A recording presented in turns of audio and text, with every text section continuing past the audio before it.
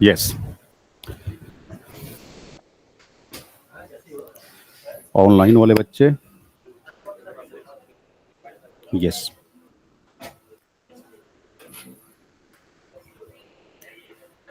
So, good afternoon to all of you.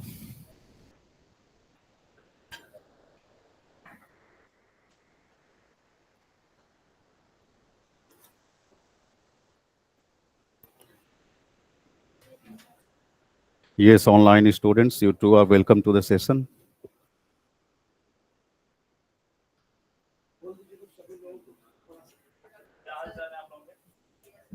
Sir का introduction तो आपको मिल ही गया होगा. I hope you will enjoy this journey और आप लोगों को बढ़िया अपॉर्चुनिटी मिल रही है.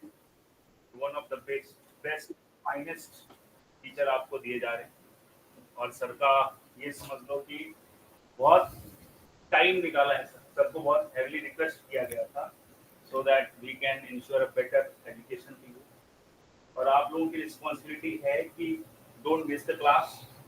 Some of you try to get the links and try to attend the class through the online. तो वो काम नहीं करते. Try to be present physically. ठीक है. और टाइमली भी. ऐसा नहीं कि सर स्टार्ट करते हैं 2:30 पे कुछ बात तक आते रहते हैं, है ना.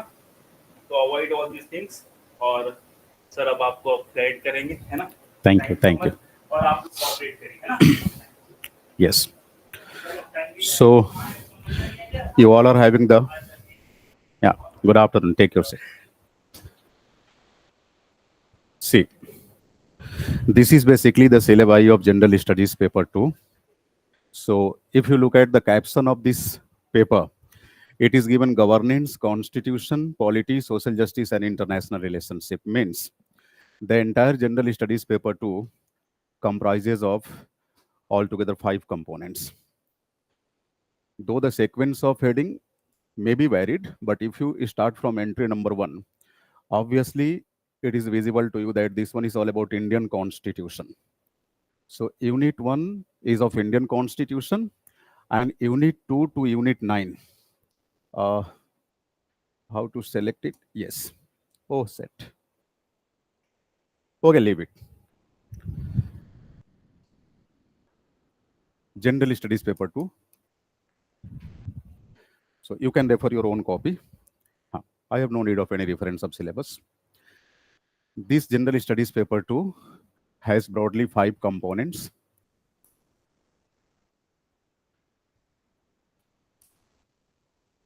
Since today is our first class in General Studies Paper 2, that's why. Pardon?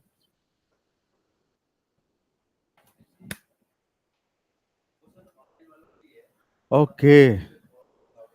Means it doesn't work for you people, no? No worries, no worries. But it is compulsory for me to attend it, no? For the sake of online students. Right.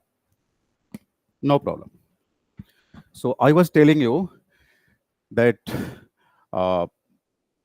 first 15 to 20 minutes of today's lecture, I will try to provide you a short glimpse of the entire syllabus, Before proceeding on, regular entries, it becomes imperative for us to have a clear-cut vision upon syllabus.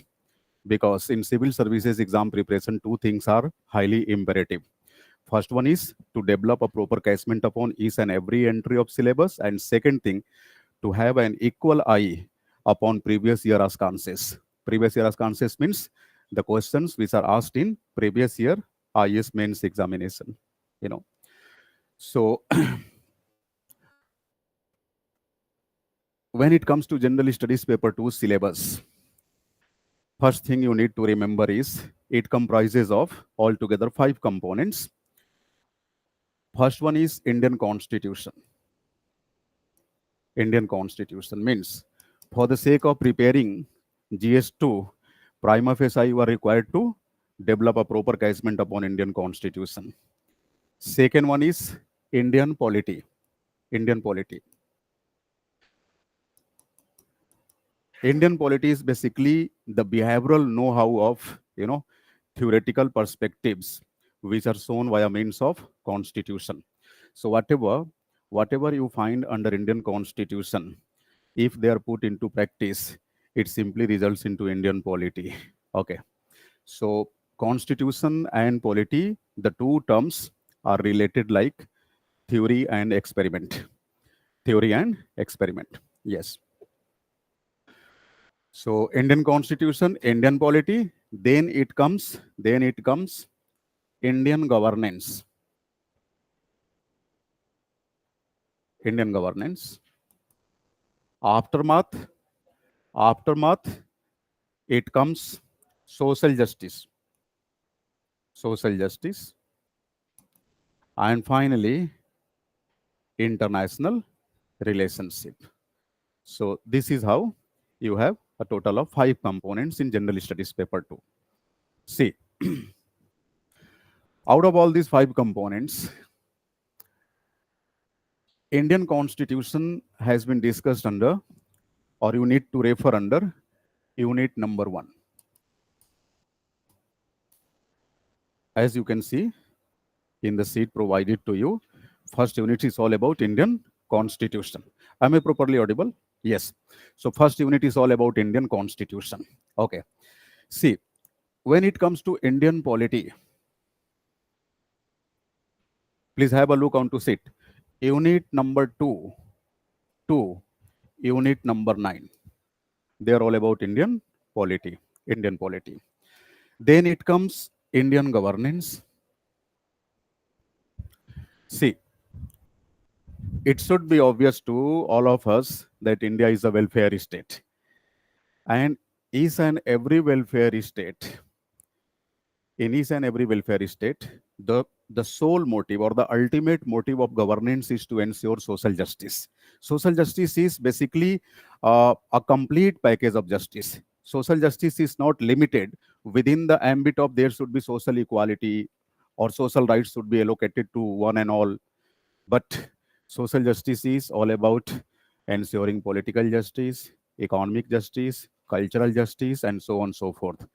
So social justice in itself is a complete package of justice. So Government of India, via means of its different sorts of initiatives, it always tries its best to ensure social justice. Okay.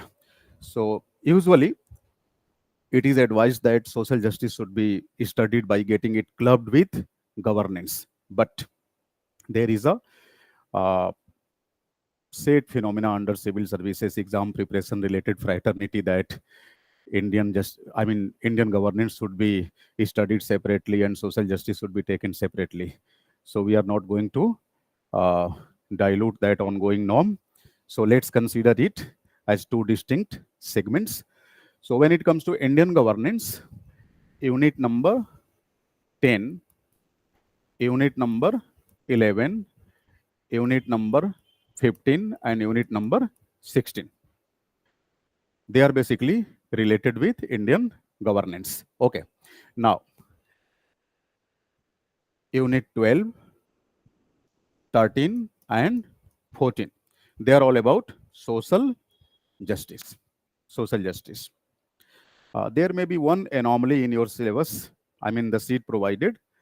I think unit number 12 has been clubbed under governance segment. But you are supposed to get it rectified. Just get it connected with social justice syllabus. Okay. Rest things are as usual. There is no problem in that. And finally, when it comes to international relationship, you have to study unit 17, unit 18, unit 19, and unit 20. So 4 units for international relationship, again 4 units for governance, 3 units for social justice, 8 units for Indian polity, and single unit for Indian constitution. But always remember, what should be the nature of polity in a country, what should be the nature of governance in a country, how the social justice shall have to be ensured.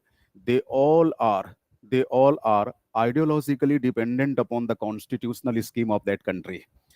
So you can easily analyze how scientifically designed your syllabus is, how because it is commenced with Indian Constitution. So under very first unit, you are supposed to study about Indian Constitution. Okay. So after going through Indian Constitution properly, we will follow the syllabus, ritually. I mean, chronologically, like after unit number 1, we'll switch over upon unit number 2, 3, and alike. Okay. One more thing. The syllabus provided to you is basically the syllabus of written examination. Written examination. And you must know the pattern of ask answers in written examination. If you look into General Studies paper 2 for IAS mains, it always comprises of 20 questions. How many questions? 20 questions. And all those 20 questions are divided across two categories. Two categories. In first category, there are a total of 10 questions. Each question is having a weightage of 10 marks, 10 marks, and the total word limit corresponding to a particular question would be 150 words. Right, 150 words. Another set of ask answers. Another set of ask answers. Again, it comprises of another 10 questions. 10 questions. And all those 10 questions, they are of 15 marks each. 15 marks. And the total word limit prescribed is 250 words. 250 words. So I'll be discussing upon the nature of question because this is going to be your introductory class. So all such formality related aspects would be discussed in this particular class only. Aftermath, we will ritually follow the syllabus. Okay. So if you look into unit number 1, Indian Constitution, remember, for the sake of Civil Services Preliminary Exam, CSP, it is more important comparing to the written examination. Written exam. Look why. See, all these 20 units of General Studies paper 2 provide you a total of 20 questions. So on an average, each unit provides you single question. So there are 20 units and the questions you are going to confront, they are 20 in number. Fine. See, 20 units, 20 questions. So arithmetically or numerically, it's obvious that there will be one question from each unit. And I'm talking about written examination point of view, right? Mains examination point of view.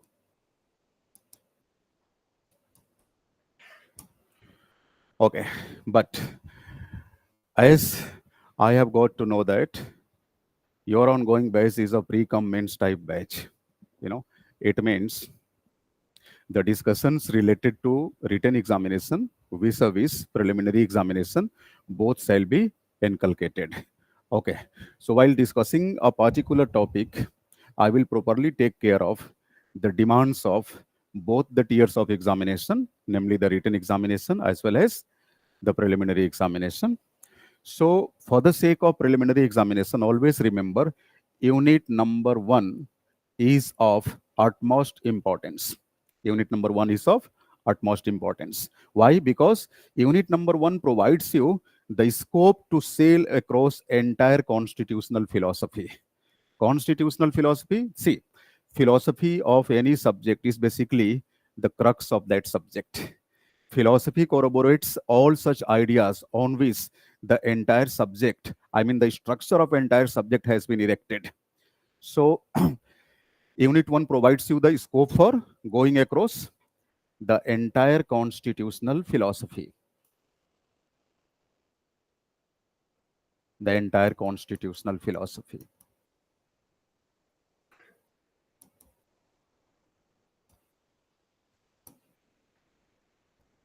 Why? Because under this particular unit, you have to study about historical background of Indian Constitution,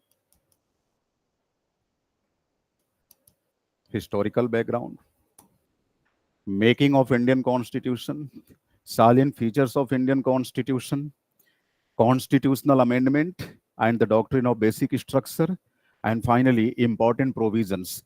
In the name of important provisions of Indian Constitution, here the syllabus is translucent, means not so much clear, not so much lucid, because the last dimension, please refer unit number 1, and read out the last phrase given under unit number 1. There would be something like important provisions. Is it given? Yes. So in the name of important provisions, your syllabus does not tell you anything clear cut, anything clearly. Means it does not tell you anything in a clear cut manner that what you should have to study in the name of important provisions of Indian Constitution. Why? Because generally the entire Constitution is important. So in the name of important provisions, what sorts of provisions are to be taken into account? So for that, you need to have a reference of the previous year questions. So if you go on to refer the previous year questions, you can easily get acquainted of the fact that those provisions of Indian Constitution which formulates the philosophical know-how of Indian Constitution shall be treated as the important provisions. For example, the preamble to the Constitution of India, the fundamental rights, the directive principles of state policy, the fundamental duties. So these provisions are basically the philosophical part of Indian Constitution. So in the name of important provisions, you are simply supposed to have a reference of all these chosen topics, all these selected topics. So after going through all such components in unit number 1, you will have near about 8 to 10 questions in CSP. CSP means Civil Services Preliminary Examination. Because every year you have 14 to 17 questions belonging to Indian Polity and Constitution in General Studies Paper 1 in Preliminary Examination. So there is a contribution of 15 to 17 questions on an average from Polity. Out of those 15 to 17 questions, this single unit makes you unable to cope up with 50% of, Polity questions in Preliminary Examination. So this is one point why this unit becomes slightly important. Okay. Apart from this, if you look into the questions asked in mains examination, means General Studies Paper 2. In General Studies Paper 2, every year on an average, you will have at least one question. Now, it is not evident that the particular question is of 10 marks or 15 marks. So it may be a kind of suspense, but there shall not be any suspense in a fact that you are going to have at least one question from unit number 1 in mains examination. So either you will have a 10 marks question or 15 marks question in mains, and at the same time 8 to 10 questions in preliminary examination. Okay. Now, if we proceed on to second unit, like unit number 2, from here onwards, the syllabus of Indian Polity starts. Indian Polity. Okay. But the theoretical background of this particular syllabus is provided by unit number 1, that is Indian Constitution. So on the very background of Indian Constitution, now you will be moving upon the Indian Polity syllabus. So here unit number 2, under unit number 2, you will have to study about, federalism, center-state relationship, right? Center-state relationship. And apart from this, one particular, significant clause has been given, and that is all about devolution of powers and finances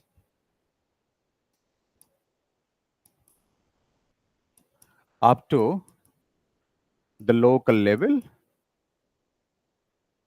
and the challenges therein.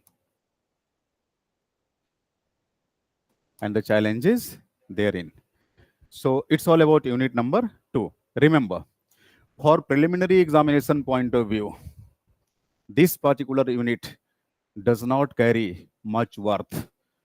So it is not much important for your preliminary examination, but for the sake of written examination, if you go to have a look on to previous year questions, almost every year you will have at least one question, either of 10 marks or of 15 marks. Next, unit number 3. One more thing. Once I commence discussion upon the regular topics, you would be supposed to follow each and every workout done on this panel in your notebook. That will act as a running notes for you. Once the entire discussion upon a particular topic is accomplished, I will provide you a proper dictation upon the topic which has already been explained or discussed. But you need not wait for dictation. Even before dictation, in due course of explanation, whatever the workout is here, I mean over this board, you are supposed to copy them. Okay. So now proceed on unit number 3. Unit number 3. What is given under unit number 3? Yes, separation of power. So practically under this particular unit, you have to study about the doctrine of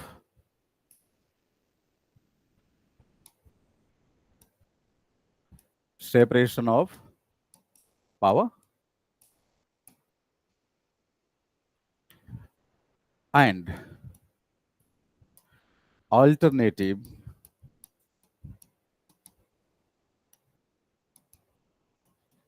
dispute resolution mechanism. Alternative dispute resolution mechanism. So these are the two key components which you need to study within the ambit of unit number 3. Unit number 4, very conceptual and very dynamic unit. Unit number 4 is all about comparative constitution, right? Comparative constitution. Under this particular unit, you are supposed to go through the comparative assessment of Indian Constitution in one hand and some globally very relevant constitutions on the other hand. For example, the comparison between Indian Constitution and US Constitution, the comparative assessment of Indian Constitution and British Constitution, the comparison between Indian Constitution and Swiss Constitution, and the things alike. So in the row of discussion corresponding to this particular unit, you are supposed to take, the reference of nearly 10 to 12 global constitutional schemes, like German constitutional scheme, Japanese constitutional scheme, Chinese constitutional scheme, Canadian constitutional scheme, and so on and so forth. So this is basically the things you need to study within the ambit of unit number 4. Now, unit number 5 and unit number 6, they are basically related with governing organs, right? Governing organs. Governing organs means legislative,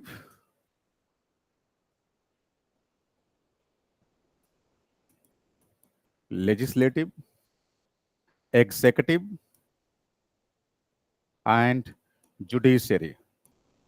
Legislative, executive, and judiciary. See, Indian polity is basically a federal polity. I mean, a distinct kind of federal polity.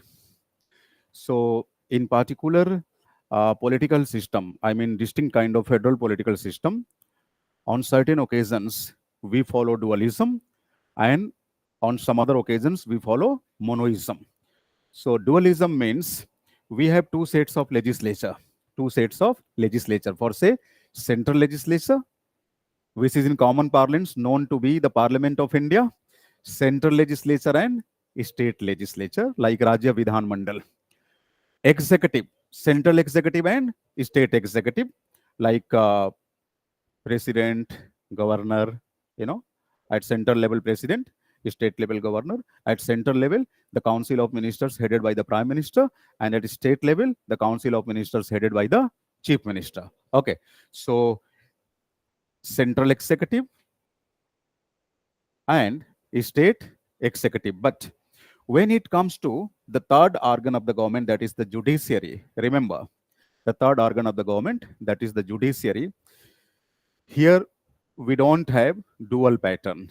Rather, we have single unified judicial structure, single unified judiciary, in which the Supreme Court comes on the top, it is followed by the high courts, and finally the subordinate courts. Subordinate courts. All the judicial institutions on different strata, on different level, they are organically connected. That's why we used to say it like single integrated judiciary. So we have single integrated judiciary, which is in Devanagari called as Ekal Ekikrit Nyayapalika. Okay, so this is basically the subject matter of unit number 5 and 6. Okay, now unit number 7. It is clearly mentioned that within the ambit of this unit, you have to study about representation of People's Act. Representation of People's Act. ROPA. Representation of People's Act. See, we have two sets of representation of People's Act. One is of 1950 and the other is of 1951. Obviously, the Act of 1951 is more dynamic in nature. That's why we will put greater impetus upon the representation of People's Act 1951 comparing to that of 1950. So, then it comes unit number 8. What is given under unit number 8? What is given? Unit number 8? Yes, constitutional bodies. So see, unit 8 and unit 9, they are basically related with institutions. Institutions. Institutions. Okay. So these institutions, I mean, National Commission for Women, National Commission for Scheduled Castes and Scheduled Tribes, National Commission for Minorities, National Human Rights Commission, apart from this, National Green Tribunal, some quasi-judicial bodies too, National Green Tribunal, Central Administrative Tribunal, they would be covered in unit number 3 itself. But yes, you may also have an overlapping in this particular unit, means the contents or the subject matters up to a certain extent, which have been studied within the ambit of unit number 3, you may find their repetition in unit 8 and 9 too. For example, NGT. So, in the name of quasi-judicial body, you will be studying here about NGT, like in unit number 8 and unit number 9. But in the name of alternative dispute resolution mechanism, you may have an opportunity to study about NGT even in unit number 3. So up to a certain extent, you may be observing some sort of overlapping in your syllabus. Anyway, so the journey of constitution and polity, it simply starts with unit number 1 and goes till unit number 9. So after moving across the syllabus of constitution and polity, that is unit 1 to unit 9, means first 9 units, you will be in a position to cope up with almost 9 questions. I mean 8 to 9 questions out of 20 questions in General Studies paper 2. In General Studies paper 2. So weightage wise, you will be covering a syllabus of nearly 120 marks in first go with me. 120 marks. Okay. One more thing. For preliminary examination point of view, CSP. See, we have already discussed that unit 1 is going to provide us how many questions? 8 to 10 questions. I'm just going to consider the lower limit, that is 8 questions. So it's the lower limit. Now, move on to unit number 5 and 6, where you have to study about the governing organs. Don't you think nearly 3 to 4 questions are asked every year from these particular units in preliminary examination? Like the questions related to passage of bills and all, functions of, parliament, the things related to functions of parliament, power of parliament, responsibilities of parliament. So 3 to 4 questions. And finally, from unit number 8 and 9, means questions based on institutions. Again, there will be nearly 2 questions. So 8 plus 3, 11, 11 plus 2, 13. Some random questions are also asked. They may be belonging to unit number 2 or 3, sometimes from unit number 7, that is Representation of People Act. So if you have a clear-cut idea on your syllabus, then the journey of coverage of syllabus will become easier for you. So now we are going to, keep all ongoing formalities aside, and we will have a direct rush upon our syllabus. So let's put down the heading, unit number 1, Indian Constitution. So are you properly getting me? It means there is no difficulty in understanding me? Very nice. Yes, online students, are you getting me properly? Yes, sir.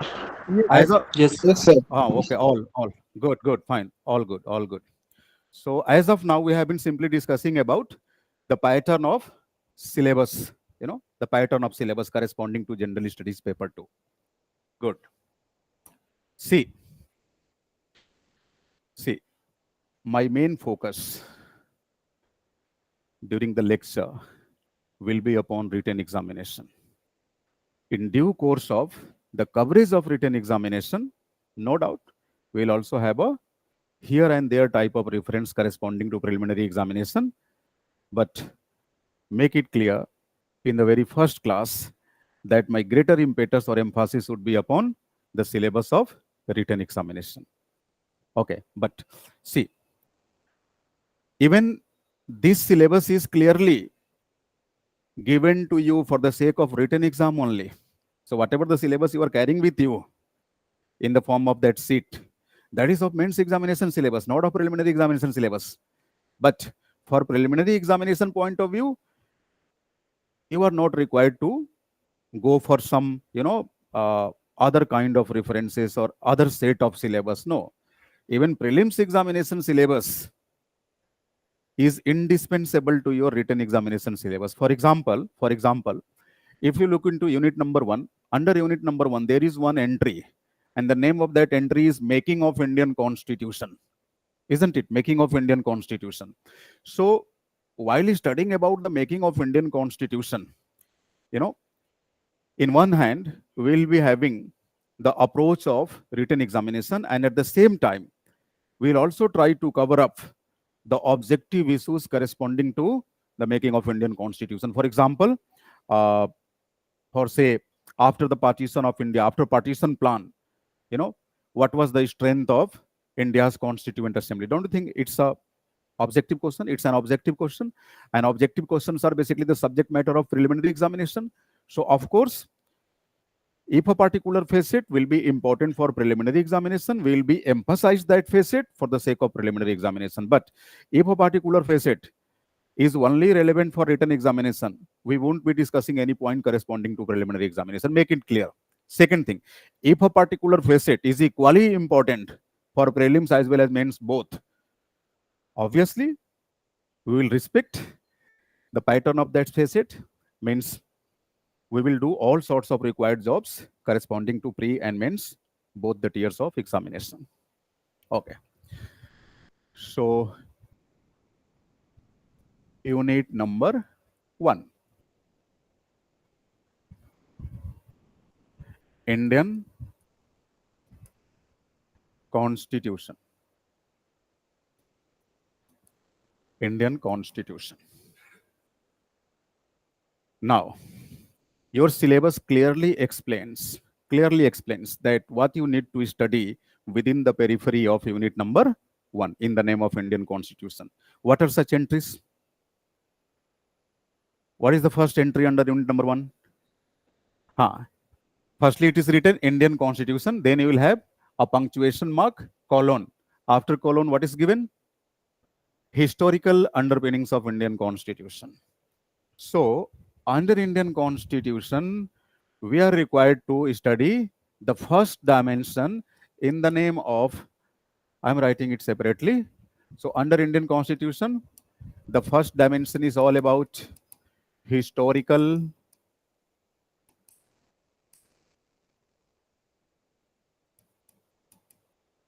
underpinning of Indian Constitution. Since it is simply written like historical underpinning. Historical underpinning means historical underpinning of Indian Constitution. Historical underpinning of Indian Constitution. Do you know the literal meaning of term underpinning? Underpinning is meant by background. Background. In Devanagari, it is called Prishtbhumi. Historical underpinning. ऐतिहासिक पृष्ठभूमि. Indian Constitution की ऐतिहासिक पृष्ठभूमि क्या है? We shall be discussing upon it. So, historical underpinning of Indian Constitution, this is going to be the first dimension. What's about the second dimension? Second dimension is all about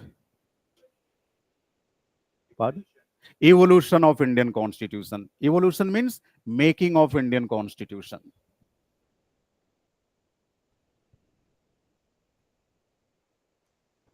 Evolution of Indian Constitution. Evolution. Evolution is meant by making. In Devanagari, it is written as Nirmana or Srijan. Underpinning, background.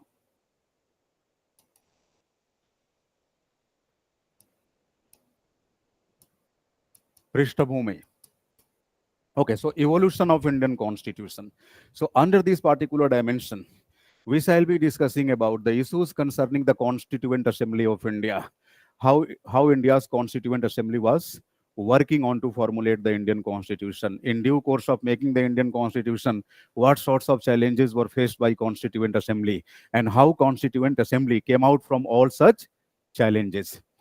Apart from this, we will also be discussing about, the different sorts of important debates associated to India's Constituent Assembly.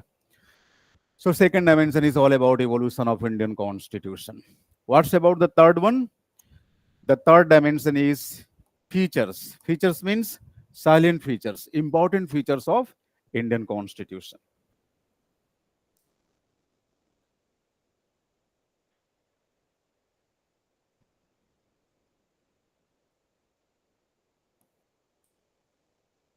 Salient features of Indian Constitution. संविधान की महत्वपूर्ण विशेषताएं. Fourth dimension. What's about the fourth dimension? Yes.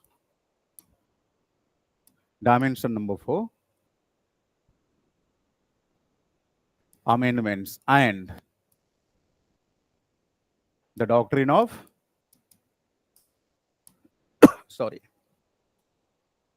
the doctrine of basic structure of Indian Constitution. And finally, dimension number 4. It's about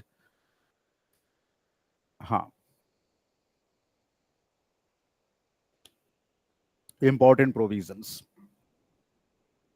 So here we'll be studying about salient features, and in dimension number 5, important provisions. See, in first four dimensions, your syllabus, clearly makes you know that what you have to study. But don't you think here some sort of translucency arises? Here not that much clarity is given. It is simply written important provision. Now it is up to you. It is up to you to decide which provisions of Indian Constitution shall be considered as the important provisions. Okay. So For this, I'm suggesting you to have a glimpse upon previous year questions. So if you look into the previous year questions means ask answers, the previous year ask answers, you will be having, the questions not only for prelim examination, but for mains examination too. The questions which are coming from preamble. The questions are coming from fundamental rights. The questions are coming from DPSPs. The questions are coming from fundamental duties. So based on this particular survey, you can easily reach upon a conclusion that in the name of important features, rather important provisions, not features, I'm sorry. In the name of important provisions, we are supposed to study these set of entries like preamble, fundamental rights, DPSPs, and fundamental duties. And remember, don't forget, they simply constitute the philosophical background of Indian Constitution. They show the philosophy of Indian Constitution. They uphold the philosophy of Indian Constitution. See, philosophy is basically the crux of any subject. For example, suppose you are studying about political science. Political science does also contain the spirit of philosophy. If you are studying history, history will also have its own philosophy. If you are studying the discipline sociology, this particular discipline will also have its own philosophy. So philosophy means the crux, the most relevant aspect of that subject is basically the philosophical aspect of the subject. So the entire constitutional philosophy has been explained across these given provisions of Indian Constitution. The provisions in the name of preamble to the Constitution of India, fundamental rights, directives, and fundamental duties.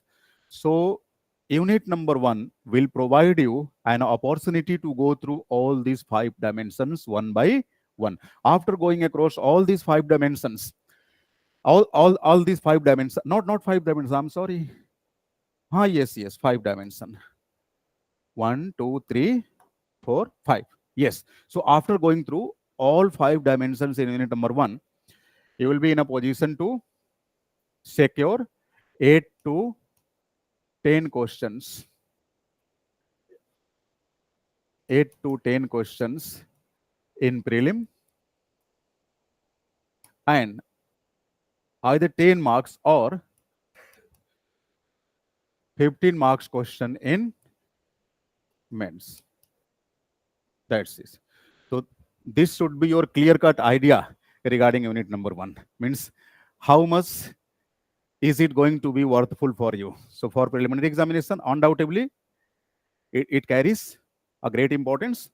And yes, of course, for written examination too, if 10 to 15 marks question is compulsorily coming, it means it is important for you. So this is basically the parsing model of the syllabus given under unit number 1. So unit number 1 is all about Indian Constitution. It is clearly shown that within the framework of Indian Constitution, what you have to study. See, is there any topic like citizenship under this particular unit? No. It means if we study the issues concerning citizenship, that is part 2 of Indian Constitution, we are simply studying it for the sake of providing a boost to our knowledge. But when it comes to the examination point of view, means preparing something for examination point of view, it will simply like we are doing our work in the form of baggage. Means we are simply you can say passing our time, wasting our time. So studying the topics like citizenship, union and its territories, which are not given in our syllabus, it is simply the wastage of time. So proper utilization of time is basically you are supposed to allot your time in coverage of the syllabus prescribed by Union Public Service Commission. So this is basically the syllabus provided by UPSC. Is it okay? Yes. So before moving upon each and every dimension one by one, first of all, I would like to make you understand about the introduction to the Constitution of India. So first of all, we will try to have an understanding upon the whereabouts of Indian Constitution. Aftermath, we shall be ritually proceeding upon each and every dimension one by one. So let's put down the heading, Introduction to the Constitution of India. So this is going to be, the dimension number 0. Dimension number 0 means elementary dimension. Elementary dimension.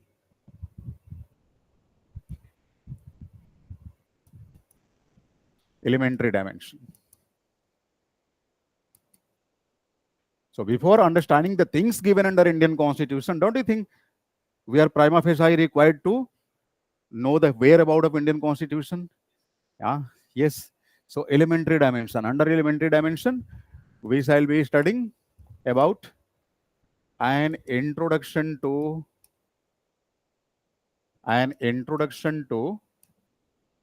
the Constitution of India. An introduction to the Constitution of India. So please tell me, how many of you are, attending the class on Indian Polity for the first time? So you all are beginners. So wherever you find any kind of difficulty in understanding the terminologies, you are most welcome to ask in your own way, no problem. You can ask the question to me either in English or in Hindi or in Bhojpuri, no problem. तो आप संकोच नहीं करेंगे, पढ़ने आए हैं, समझना ज्यादा जरूरी है, लैंग्वेज तो आपकी डेवलप हो जाएगी, मुझे मालूम है ना। बट ध्यान रखना, किसी भी सब्जेक्ट के अंदर जो लिंग्विस्टिक डेवलपमेंट होता है उस सब्जेक्ट में अपने टीचर के साथ ही होता है। वो भी कब? जब पहले से वो सब्जेक्ट आपका पढ़ा हुआ नहीं है। तो इसलिए जो आपके मीडियम है उस मीडियम में क्लासेस तो जरूरी है। मेरे लेक्चर्स ऑलमोस्ट आपके बैच में इंग्लिश में ही होंगे, लेकिन इसका मतलब ये नहीं कि आप हिंदी में नहीं पूछ सकते, आप हिंदी में पूछ सकते हैं। मैं इंग्लिश हिंदी दोनों मीडियम में बैचेस पढ़ाता हूं और लगातार पढ़ाता हूं। जनरल स्टडीज पेपर 2 में कंप्लीट सेगमेंट लेता हूं। अभी फिलहाल कॉन्स्टिट्यूशन एंड पॉलिटी आपके साथ डिस्कस करूंगा और फिर आगे देखेंगे। प्लस PSI ऑप्शनल मैं लंबे समय से पढ़ा रहा हूं और दोनों मीडियम में पढ़ाता हूं, इंग्लिश और हिंदी। तो आपको कहीं से कोई संकोच नहीं करना है। ये भी नहीं, मुझ पे दया भी नहीं दिखानी है कि सर से क्वेश्चन पूछेंगे तो कहीं बुरा ना लगे। बुरा नहीं लगेगा मुझे पिछले 15 वर्षों के प्री और मेंस के GS2 और PSI और ऑप्शनल के मेरे टिप्स पे हैं। तो इतनी बार हम पढ़ा चुके हैं उसे, आपको शर्माना नहीं है, संकोच नहीं करना है ना। चलिए, so yes online students, this is also for you. ये आप लोगों के लिए भी है। अगर कहीं समझने में कुछ दिक्कत आए तो अंग्रेजियत के चक्कर में परेशान मत होना, आप पूछ लेना अपनी सहज भाषा में। मैं पंजाबी भी समझता हूँ, थोड़ी बंगाली नहीं समझ पाता, हल्का फुल्का समझता हूँ। सर हम करते करते वो भी समझ जाएंगे बंगाली। हाँ जी, बताए। यस यस सर जब क्लास शुरू हुआ था ना, वहाँ पर बोल रहा था ना सर कि GS2 में 5 कंपोनेंट्स है, इंडियन कॉन्स्टिट्यूशन और इंडियन पॉलिटी में बोल रहा था ना सर, ये थ्योरी और क्या प्रैक्टिकल बेसिस होगा? अभी सब समझ में आ जाएगा। अभी आपको वही तो समझाने जा रहा हूँ मैं। सर लिखना छूट गया था, कोई बात, लिखना छूट गया था बोर्ड। हाँ, first one is Indian constitution, then it comes Indian polity, then it comes governance, governance is followed by social justice and finally international relationship. हाँ, international relationship. I think you must be provided with handout. इनको नहीं दिया गया क्या online वालों को? अच्छा, upload हो जाएगा, सिलेबस अपलोड हो जाएगा, ठीक है। तो देखिए, an introduction to the constitution of India. See, what are the issues we are going to discuss under this particular dimension? Dimension means D naught, means no dimension. It is basically elementary dimension. So first facet, we will be starting with meaning of constitution. Meaning of constitution. Meaning of constitution. Board work में जो भी करूं आप उसे notebook में लिखते चलेंगे। Meaning of constitution. Second facet,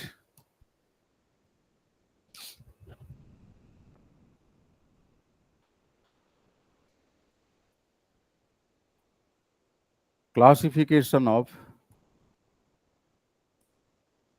constitution, classification of constitution. Third facet,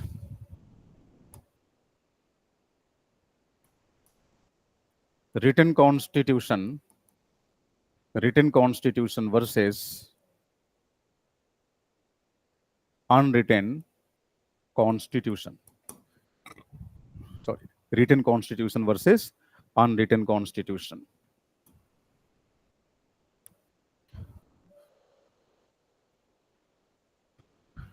facet number 4. अच्छा, मैं आपको ये भी बता दूं कब आपका सिलेबस पूरा कर दूंगा मैं.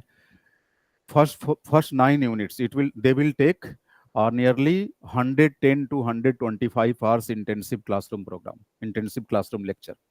तो आप इस सेगमेंट में मेरे साथ लगभग 110 से 125 घंटे तक पढ़ने वाले हैं. तो जाकर 9 यूनिट्स आपकी ढंग से एक एक एंट्री कंप्लीट होगी. और ना सिर्फ कंप्लीट होगी बल्कि इन 9 यूनिट्स में चाहे प्रीलिम्स के क्वेश्चन हो या मेंस के क्वेश्चन हो, वो मैं डेवलप कर दूंगा आपके अंदर, क्लास के अंदर ही साथ साथ. कहीं कोई समस्या नहीं रहेगी. इनमें से कहीं भी कोई आप कट्स आउट करेंगे, कर्टेल करेंगे, तो मान के चलिए कि आप अपने सिलेबस के साथ समझौता कर रहे हैं. हम लोग यूनिट वाइज प्रोसीड करेंगे, एक एक यूनिट. ये नहीं कि पहली यूनिट पढ़ लिया आपने फंडामेंटल ड्यूटीज तक, उसके बाद प्रेसिडेंट ऑफ इंडिया शुरू हो गए, आर्टिकल 53, ऐसे नहीं चलेगा. उसके बाद सीधे हम कहाँ प्रोसीड करेंगे, यूनिट नंबर 2. और जो सिलेबस में दे रखा है उसी के अकॉर्डिंग्स में हम काम करने वाले हैं. क्लियर है ना ये बात? हाँ.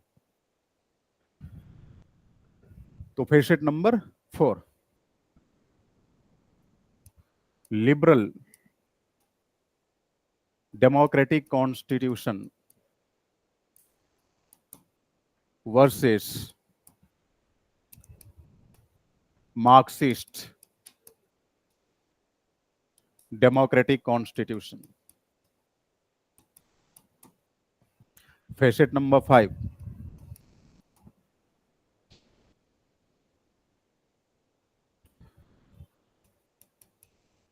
origin and evolution of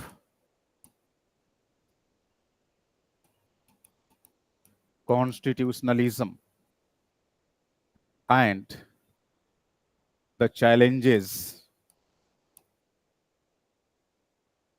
therein. Origin and evolution of constitutionalism and the challenges therein.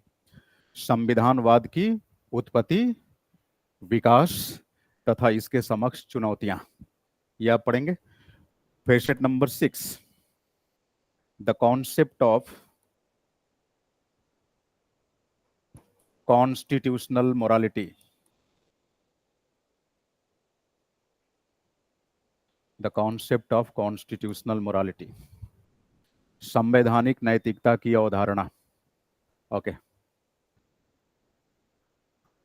सो ये 6 फेसेट्स हम लोग अगर डिस्कस करेंगे तो मानकर चलेंगे कि we have got an overview of introduction to the constitution. Means constitution के बारे में, इसके परिचय के बारे में एक सामान्य जानकारी हमने हासिल कर ली. इसके बाद फिर हम एंट्री करेंगे एक डायमेंशन के अंदर कि भाई डायमेंशन में हिस्टोरिकल बैकग्राउंड पढ़ेंगे वगैरह वगैरह, है ना. चलो, अब जैसे आप पढ़ते हो different types of regulations, laws like the Regulating Act of 1773, Fits India Act of 1784, Charter Act of 1813. I am asking you a question. This particular issue shall be clubbed with historical background of Indian Constitution or making of Indian Constitution. Wrong. This is an integral part of making of Indian Constitution. They don't provide you historical underpinning of Indian Constitution. ये सबसे बड़ी समस्या है कि जब हम syllabus की ढंग से समझ विकसित नहीं करते तो जो मार्केट में ट्रेंड चल रहा होता है, भेड़ चाल में हम उसी की तरफ चल जाते हैं. 1773 के नियामक अधिनियम भारतीय संविधान की कौन सी ऐतिहासिक पृष्ठभूमि बनाता है, बताइए? भारतीय संविधान के निर्माण में अपनी भूमिका निभाता है कि इन एक्ट से जो चीजें हमें समझ में आई और जो रिलेवेंट लगी उसे हमने मतलब हमारी कॉन्स्टिट्यूएंट असेंबली ने कॉन्स्टिट्यूशनल प्रोविजन के रूप में अडॉप्ट कर लिया. जैसे majority of provisions from 1935 act means government of India act of 1935 they were directly got inducted into the constitution of India. Yes. So it is going to be the part of making of Indian constitution or historical background? No, making of Indian constitution. Historical background means you find the concept of socialism under Indian constitution. You find the concept of secularism under Indian constitution. You find the concept of democracy under Indian constitution. Now it is needed to know about their historical background. What is the historical background of the kind of democracy that is found in India? Bharat में जिस तरह का लोकतंत्र पाया जाता है उसकी ऐतिहासिक पृष्ठभूमि क्या है, क्या बताएंगे? कैसा लोकतंत्र है हमारे यहाँ? अब इसकी हिस्टोरिकल अंडरपिनिंग में 2 पॉइंट्स आपको बताना होगा, आगे सिखाऊंगा आपको. The glorious revolution of the UK, the glorious revolution of Britain that took place in year 1688. और इसी के माध्यम से हमारे यहाँ मतलब दुनिया भर में कॉन्स्टिट्यूशनलिज्म का कंसेप्ट आया, हमने भी अपनाया. तो एक तो ऐतिहासिक पृष्ठभूमि ये हो गई. दूसरी, doctor B.R. Ambedkar's idea of social democracy, सामाजिक लोकतंत्र का सिद्धांत. अगर डॉक्टर B.R. अम्बेडकर की आइडिया ऑफ सोशल डेमोक्रेसी नहीं होती तो फंडामेंटल राइट्स के साथ DPSP नहीं अपनाया गया होता. समझ रहे हो मेरी बात? इस पर किसका प्रभाव है? Doctor Ambedkar's thought. ऐतिहासिक पृष्ठभूमि में आपको यह पढ़ना है. India is the welfare state. भारत कल्याणकारी देश है. कल्याणकारी देश होने के नाते मतलब भारत के अंदर जो कल्याणकारी राज्य की अवधारणा है, the idea of welfare state. What's about it's historical background? तो इसकी हिस्टोरिकल बैकग्राउंड में क्या लिखेंगे? कौटिल्यास थ्योरी ऑफ योगक्षेमा, कौटिल्य की योगक्षेम सिद्धांत, ये ऐतिहासिक पृष्ठभूमि हुई. कोई कहेगा नहीं नियो लिबरलिज्म. क्या नियो लिबरलिज्म? नियो लिबरलिज्म में लाइबर्टेरियनिज्म तो फॉलो करोगे नहीं. और रही बात इगालिटेरियनिज्म, तो इगालिटेरियनिज्म के बारे में दुनिया अवगत ही हुई 70 के डिकेड में, in the decade of 1970s. तो आप ये भी नहीं कह सकते हैं कि रॉल्स की थ्योरी ऑफ जस्टिस से हम इंस्पायर हैं. तो ऑब्वियस सी बात है, for that you need to have the reference of Kautilya's idea on Yogakshema. कल्याणकारी राज्य का सिद्धांत वहीं पर छुपा हुआ है. हिस्टोरिकल अंडरपिनिंग में आपको ये पढ़ना है. सोशलिज्म, आप बताओ, लोहिया कहते हैं, गांधी कहते हैं, जेपी कहते हैं कि पश्चिम का समाजवाद और पश्चिम का पूंजीवाद ये दोनों चोर चोर मौसेरे भाई हैं. तो हमारे समाजवादियों ने, हमारे सोशलिस्ट ने वेस्टर्न ब्रांड ऑफ सोशलिज्म को उतना ही कल्प्रिट माना जितना वेस्टर्न ब्रांड ऑफ कैपिटलिज्म को. तो इंडियन कॉन्स्टिट्यूशन के अंदर जो आइडिया ऑफ सोशलिज्म है, फिर उसकी हिस्टोरिकल बैकग्राउंड क्या है? तो आपको नहीं लगता कि the thoughts of Indian socialist ये है ना ऐतिहासिक पृष्ठभूमि? आप बताओ, ये चीजें क्यों नहीं हम पढ़ते क्लास में? 2 चीजें होती है. संभव है पढ़ाने वाले की रीच ना हो, इस पे एक बात ये भी हो सकती है. दूसरा, ये थोड़े फिलोसफिकल टॉपिक होते हैं, बच्चों को अगर पढ़ाया जाए तो आधे सोने लगते हैं क्लास में. तो फिर उन्हें वही पढ़ाया जाता है जो गलत फहमी में वो मान चले हैं. चलो वही पढ़ा दो, बहती गंगा में सब हाथ धो लो. बट जब ये सारी चीजें पढ़ते हुए आप सिलेबस में आगे बढ़ते हैं तो जाके मेंस के क्वेश्चन कर पाते हैं. देखिए, पढ़ना और पढ़ के क्वेश्चंस को हैंडल करना, दोनों में अंतर है. अगर पढ़ने के बाद भी आप क्वेश्चंस हैंडल करने की स्थिति में नहीं है तो आप पढ़े नहीं है, एंटरटेन हुए हैं. You have not been taught, you have simply been entertain by the teacher. Class किया, मजा आ रहा है, अच्छा लगा, आराम से घर पे गए, कॉन्फिडेंस डेवलप हो रहा है. लेकिन ये किस काम का कॉन्फिडेंस? फर्जी का कॉन्फिडेंस. क्या होगा इससे? समझ रहे मेरी बात? हाँ. फिर मेंस के किसी क्वेश्चन को आंसर करने के लिए आप क्या करेंगे? अलग अलग वेबसाइट सर्च करेंगे, अलग अलग नोट्स सर्च करेंगे, गाइड बुक सर्च करेंगे, कहीं इसका उत्तर मिल जाए. जब पढ़ने के बाद भी उत्तर ढूंढ के लिखना पड़ रहा है तो फिर क्या पढ़े हैं? प्लस ऐसा भी नहीं है कि कोई रॉकेट साइंस है. आई बेट श्योर कि आप पहली बार में समझ जाएंगे एक एक चीज. ठीक है. हाँ. और वन मोर थिंग, कल से आप अपने साथ कम से कम लास्ट 5 ईयर्स के, हो सके तो 10 ईयर्स का मेंस का क्वेश्चन पेपर अपने साथ रखेंगे, क्वेश्चन पेपर, वो क्वेश्चन पेपर गाइड बुक वाला नहीं, यूपीएससी के वेबसाइट पे जाएंगे, वहां से क्वेश्चन पेपर निकालेंगे, रखे हैं ना? हाँ, मोबाइल में कहीं भी किसी भी माध्यम से आप उसको अपने साथ रखिए क्वेश्चन पेपर को, क्योंकि जैसे जैसे कोई टॉपिक मैं डिस्कस करूंगा तो मैं तुरंत आपको रिकमेंड करूंगा कि please have a look on to this question which has been asked in a particular year, क्योंकि आप जो भी पढ़ रहे हैं इसी मकसद से पढ़ रहे हैं कि परीक्षा में आने वाली बाधाओं को बाधित कर सके। हाँ, पता चला खुद ही बाधित हो गए हैं तो कौन सी बाधा बाधित करेंगे? हाँ, तो मेंस के क्वेश्चन आप अपने साथ रखेंगे, सिलेबस तो आपके पास हो ही गया। आप अपनी पॉलिटी की सेपरेट नोटबुक बनाएंगे। पहली नोटबुक आपकी होगी इंडियन कॉन्स्टिट्यूशन की, यूनिट नंबर 1 की, that would be of nearly 150 to 170 pages notebook. तो लगभग 150 पन्ने की एक नोटबुक आप कॉन्स्टिट्यूशन की रखेंगे। जब तक इंडियन कॉन्स्टिट्यूशन पढ़ाऊंगा आप प्रीवियस ईयर प्रिलिमिनरी एग्जाम के भी क्वेश्चन अपने साथ रखेंगे, खास करके कोई क्वेश्चन बैंक ले लीजिए, है ना, लाइक यूनिक, घटना चक्रा, या Q3 पब्लिकेशन की भी कोई हो तो ले लीजिए। ठीक है, क्वेश्चन आपके पास होना चाहिए, क्योंकि क्वेश्चन ही आपको बताता है कि जिस टॉपिक के अंदर हमें पढ़ाई करनी है किस लेवल तक पढ़ाई करनी है। हाँ, तो ये अपने साथ रखेंगे आप।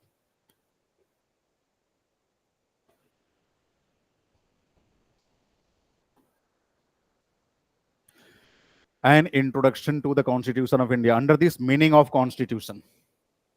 So let's try to understand Constitution. See,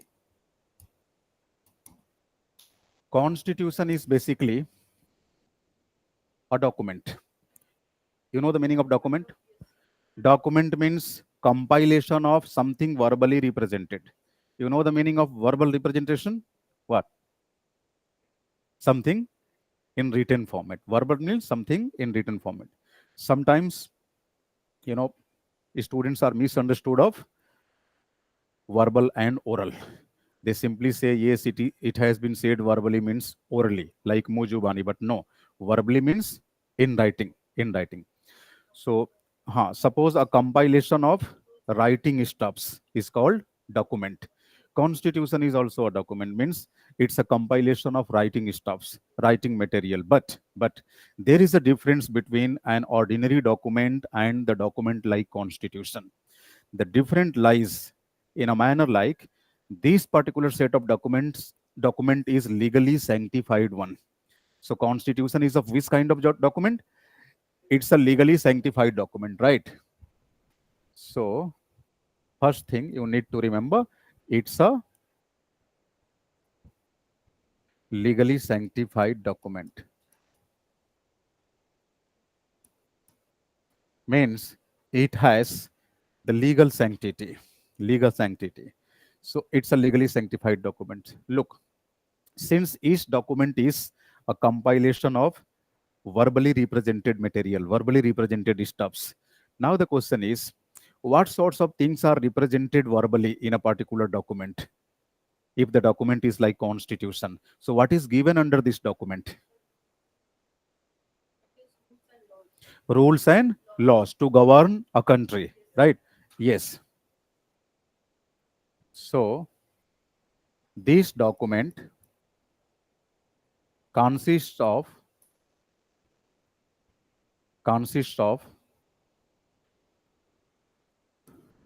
the rules and regulations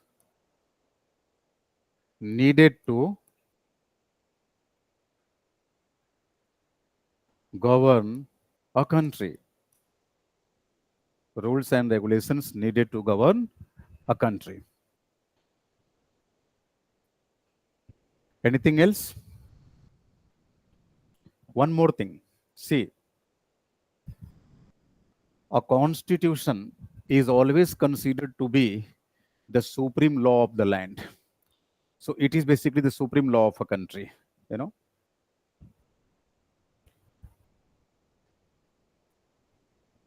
The supreme law of the land. What is meant by supreme law? Supreme law means there might be different sets of laws in a country. So out of those different sets of law, when it comes to constitutional law, it will be treated as a landmark for the remaining sets of laws. The landmark for the remaining sets of laws means a particular law shall have to be provided with validity only and only when the said law is showing consistency with constitution. For example, suppose here is the Parliament of India, right? Parliament of India. Parliament of India has enacted a law, namely L1. Okay, here is the Constitution of India. Obviously, the Indian Constitution is having its own provisions. Okay, let's say this particular law, which has been enacted by the Parliament, is showing some sort of inconsistency with one or more provisions given under the Constitution. In that situation, the said law shall be declared as unconstitutional up to the extent of such inconsistency. Means, in one hand, there is the constitutional law, and on the other hand, the other kind of laws. So here, what we are saying that constitution is the supreme law. Constitution is the supreme law means if any other law shall have to enjoy the validity, it is obligatory that the said law shall be showing resemblance with the constitutional law. The said law shall be showing consistency with the constitutional law. कहने का मतलब कि whenever a new law is made, that law shall have to show consistency or conformity with the provision or provisions enshrined in the constitution. देश में कोई भी नया कानून अगर बनाया जाता है तो उस कानून को संविधान के साथ सुसंगत होना पड़ेगा. अगर कानून संविधान को चैलेंज कर रहा है, उस स्थिति में उस कानून को अवैध करार दे दिया जाएगा. तो जरा सोचिए, दूसरे कानूनों की वैधता या वैधकारिता का आकलन इस आधार पे हो रहा है कि वह कानून संविधान से सुसंगत है कि नहीं.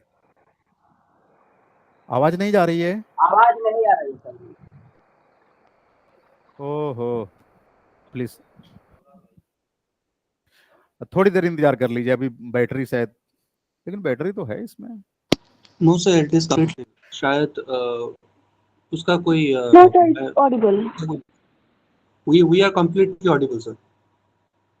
हम आपको सुन पा रहे हैं. सुनाई दे रहा है सर आपको? हाँ, yes yes, I am getting you, go ahead. हमें भी सर आपको सुनाई दे रहा है और देख भी पा रहा है, कोई दिक्कत नहीं है. ओके, इट मीन्स केवल उनके साथ ये प्रॉब्लम है ना. हाँ, so there may be some sort of network issue with that particular student. So I'm suggesting you to get that issue fixed. It's not an issue for the entire class. You know, it's not an issue for the entire class. The remaining students are getting the things properly. Okay, okay.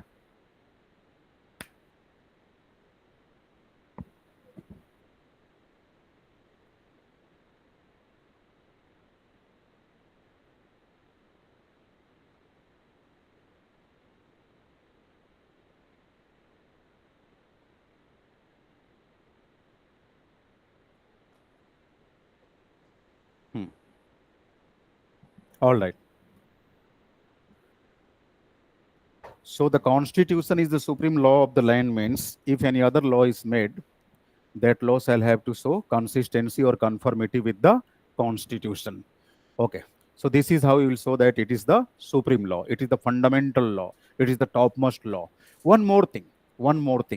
See, a constitution of a country simply tells you about the nature of polity.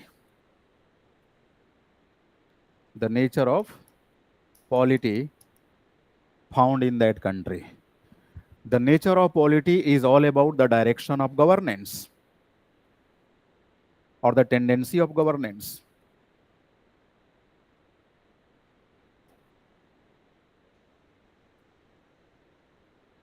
So the nature of polity can be deciphered in simplest possible term in the form of tendency of governance. Tendency of governance means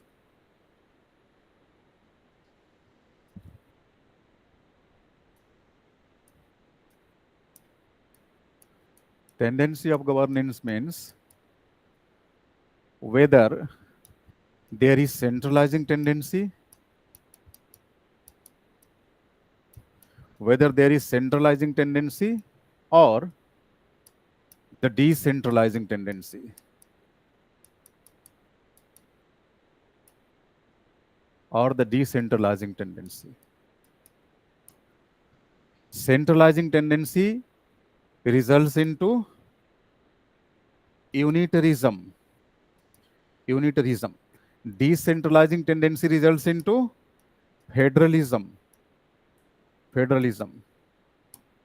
And if there is a specific requirement for a particular country concerning the unique kind of circumstances prevailing over there, there may be a possibility that the country has decided to opt for a unique blend of centralizing tendency and decentralizing tendency in the respective domain of its governance.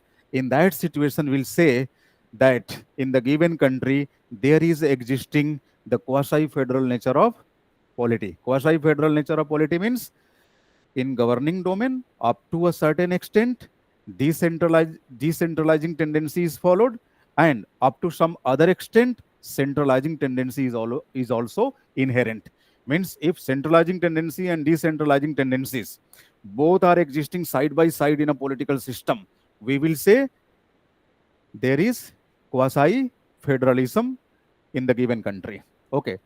But quasi-federalism is not a formal terminology. The formal terminology is unitarism as well as federalism. Unitarism connotes centralizing tendency in governing domain. Federalism connotes decentralizing tendency in governing domain. Are you getting this? Yes.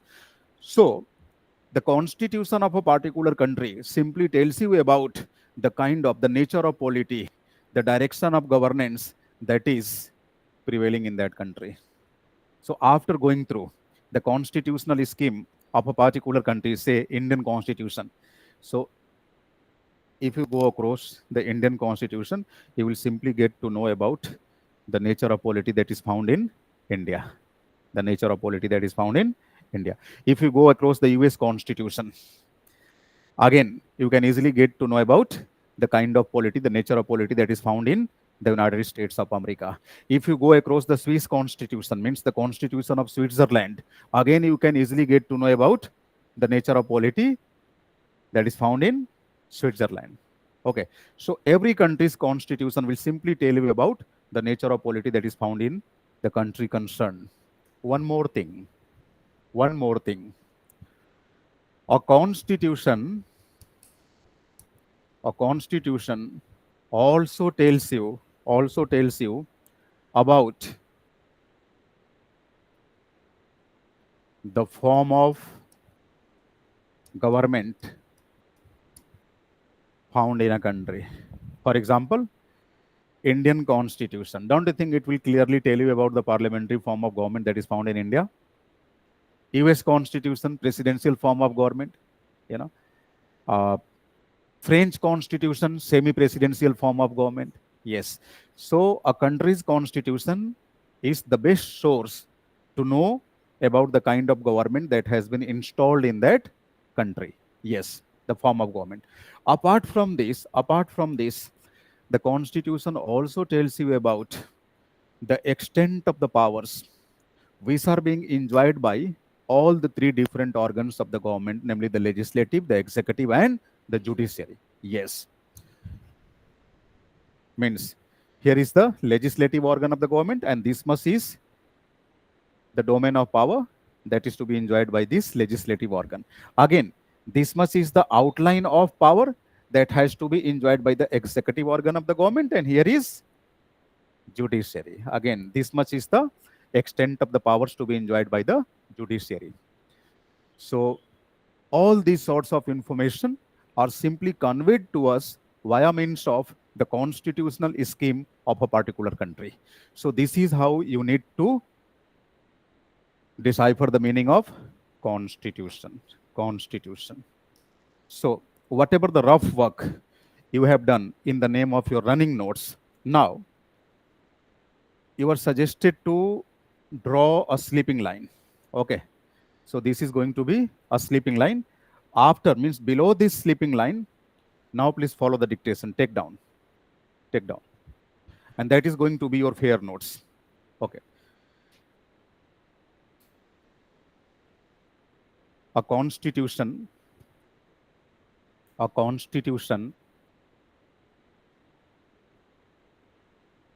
wherever you find any kind of confusion related to spelling, you can simply ask me, no problem. A constitution is a legally sanctified document. A constitution is a legally sanctified document consisting of means comprising of, से बना हुआ, से जुड़ा हुआ, legally sanctified document consisting of the basic governing principles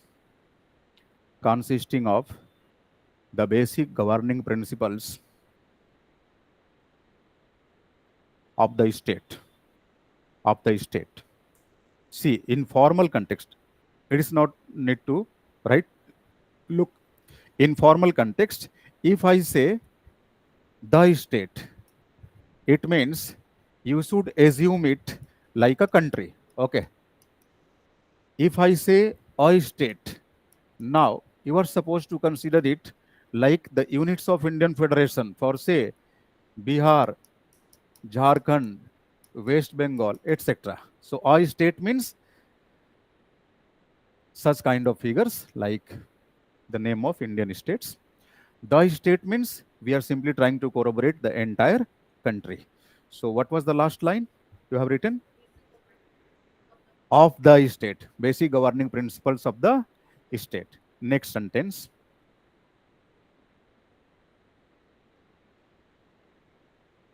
Basic governing principles of the states, of the state. All such principles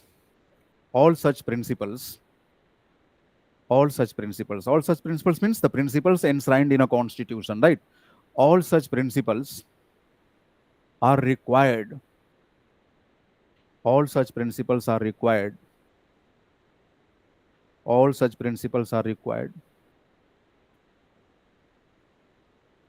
to govern a country.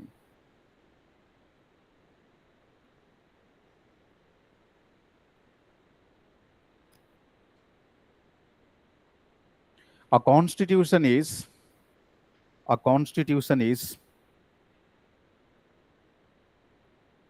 considered to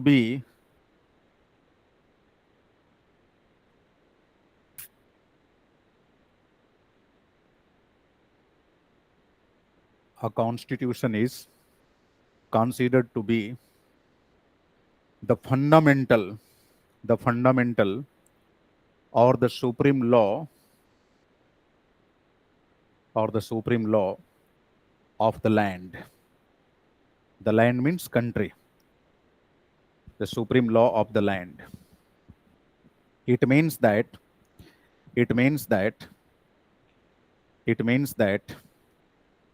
if any other law is made,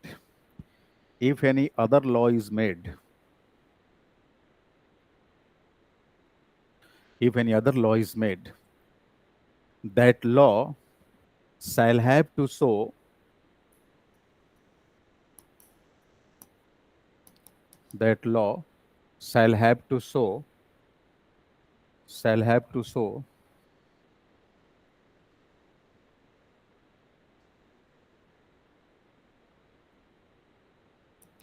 conformity or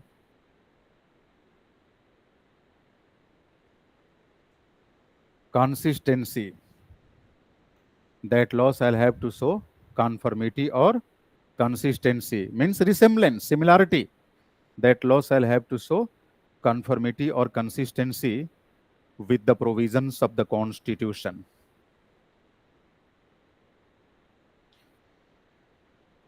Conformity with the Constitution. In case, next sentence, in case, after in case, put a comma. In case the law is inconsistent,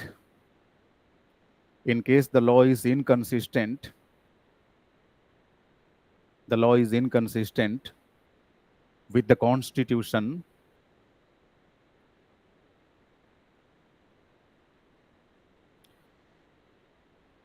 it shall have to be declared, it shall have to be declared invalid or unconstitutional. It shall have to be declared, it shall have to be declared unconstitutional or invalid.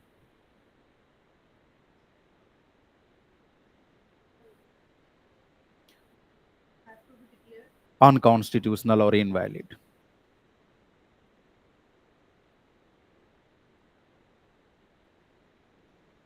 Therefore,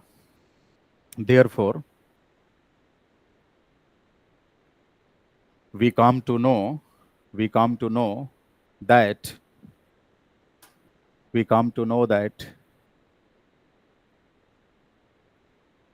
a constitution is treated as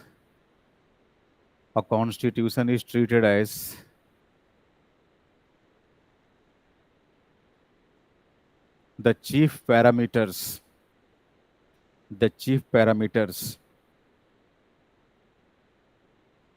see, no such term like parameter exists in English dictionary. It is always parameters, whether you have to use it singularly or plurally. So what are you writing?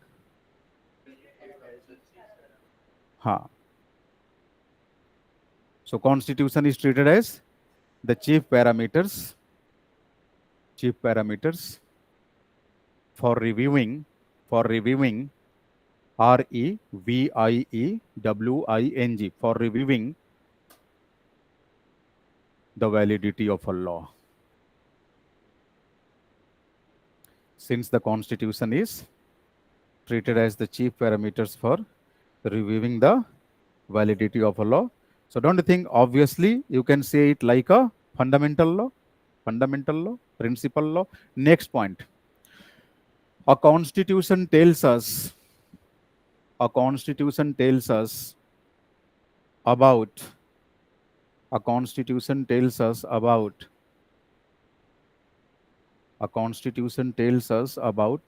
the following things. A constitution tells us about the following things. Point number 1.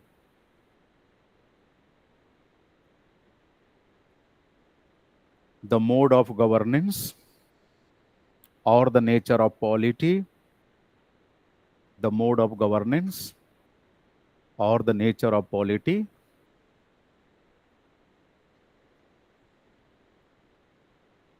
That is found in the country. Second point,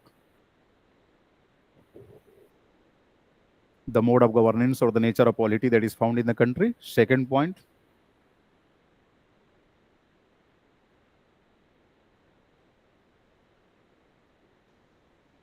the form of government as well as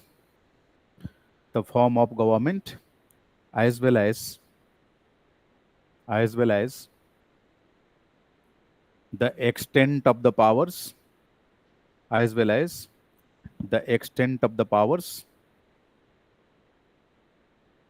that is enjoyed by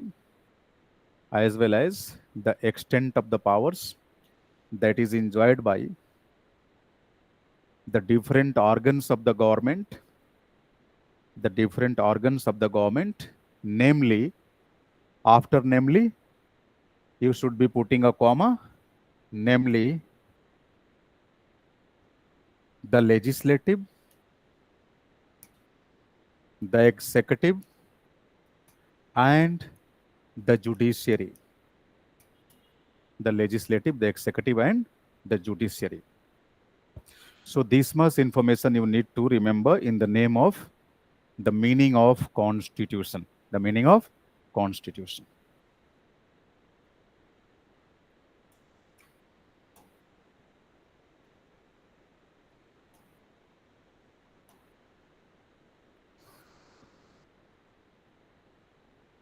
Meaning of constitution. So we have got it accomplished, facet number 1. Now, facet number 2. Classification of constitution. अब देखना इसी dimension में आप mains के एक बेहद शानदार question की तरफ बढ़ेंगे क्लासिफिकेशन ऑफ कॉन्स्टिट्यूशन के अंदर, है ना। The question based on constitutional morality and constitutionalism. Do you have any idea about constitutionalism or something like constitutional morality? Yes.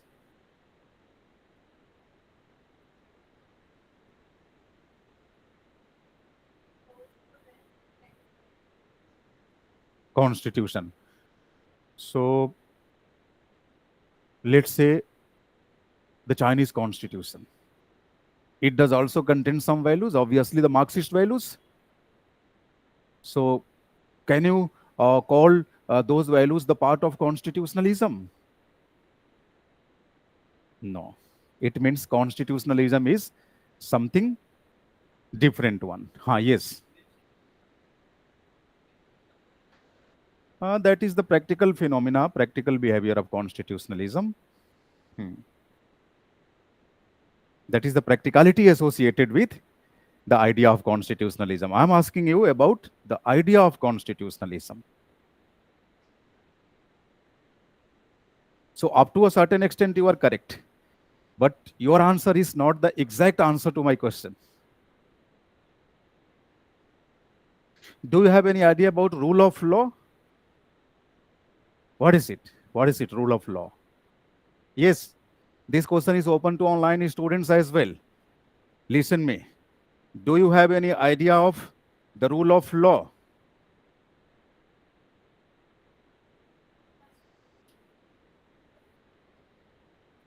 Yes. In common parlance, the people say that law should be treated as the supreme authority. This is rule of law.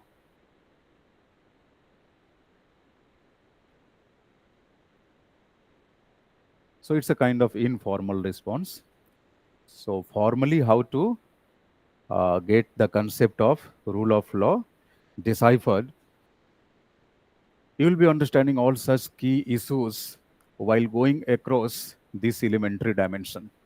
For example, the origin of constitutionalism, its expansion, how constitutionalism is driven by the idea of rule of law and the things alike. So आप देख रहे हैं ये concepts जो है, कई लोगों को लगता है कि जब पॉलिटी के सिलेबस में बहुत आगे बढ़ेंगे तो हम ये सारी चीजें सीखेंगे। आप पॉलिटी के सिलेबस में एंट्री करने से पहले ये सारी चीजें आपको सीखनी होती है। Indian constitution liberal democratic constitution है, and every liberal democratic constitution contains the liberal democratic values.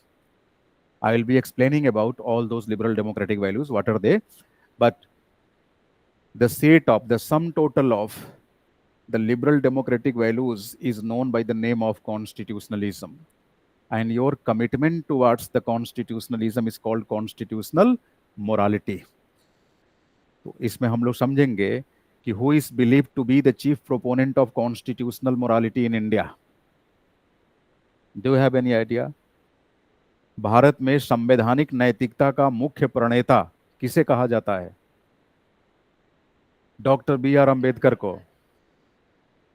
Doctor B are Ambedkar, तो उन्होंने कॉन्स्टिट्यूशन के अंदर कॉन्स्टिट्यूशनल मोरालिटी को मतलब up to the required amount उन्होंने इंस्टॉल किया है, और उसी की बात सुप्रीम कोर्ट कहता है कि whenever there is a clash between social morality and constitutional morality, we shall try to prevail constitutional morality over the social morality.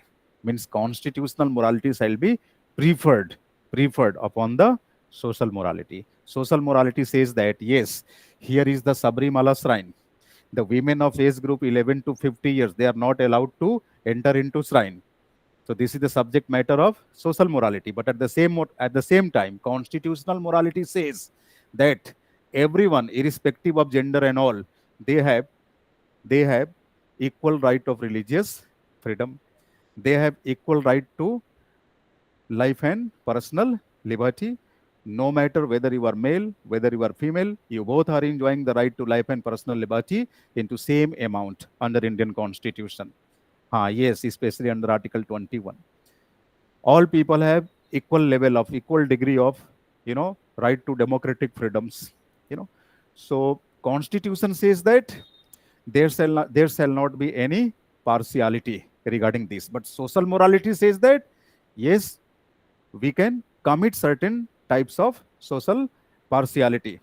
But remember, the country is not governed by the personal laws. The country is governed by the constitution, by the rule of law. So, when it comes to a clash between personal law and political law means public law, state law, obviously, state law shall be provided weightage. Weightage. So, you must have read about the Sabrimala singularity, and in that particular issue, the Supreme Court has taken the side of, constitutional morality, and thereby allowed the women of a particular age group, that is more than 10 to 50 years, means 11 to 50 years, the women of age group 11 to 50 years, now they are allowed to enter into the shrine of Sabrimala, means the temple of Lord Ayappa, who is believed to be the god of chastity. Okay, so in the name of social morality, a particular age group of, the women of a particular age group, they are basically restricted to enter into the shrine. But now they are allowed. They are allowed. So it simply shows that constitutional morality has been given prevalence upon the social morality. Clear है? ये देश संविधान से चलता है, ये देश धर्म ग्रंथों से नहीं चलता. ठीक है जी, ये सारी चीजें आप यहां पढ़ेंगे, इंट्रोडक्शन टू इंडियन कॉन्स्टिट्यूशन का. ये सब सीखने के बाद जब आप प्रॉपर सिलेबस में एंट्री लेंगे तब आपको लगेगा ये तो सिलेबस बड़ा आसान है और साफ साफ नज़रों से दिख रहा है कि क्लास से निकलेंगे, ऑटो स्टैंड जाएंगे, ऑटो लेंगे, जीटीबी मेट्रो जाएंगे, मेट्रो से फिर जहाँ जाना हो, तो फिर वो दिखने लगेगा, है ना. तो आप हेडिंग डालिए. कॉन्स्टिट्यूशन का मतलब तो आप लोग समझ ही गए हैं. Now put down the heading, the classification of constitution. The classification of constitution.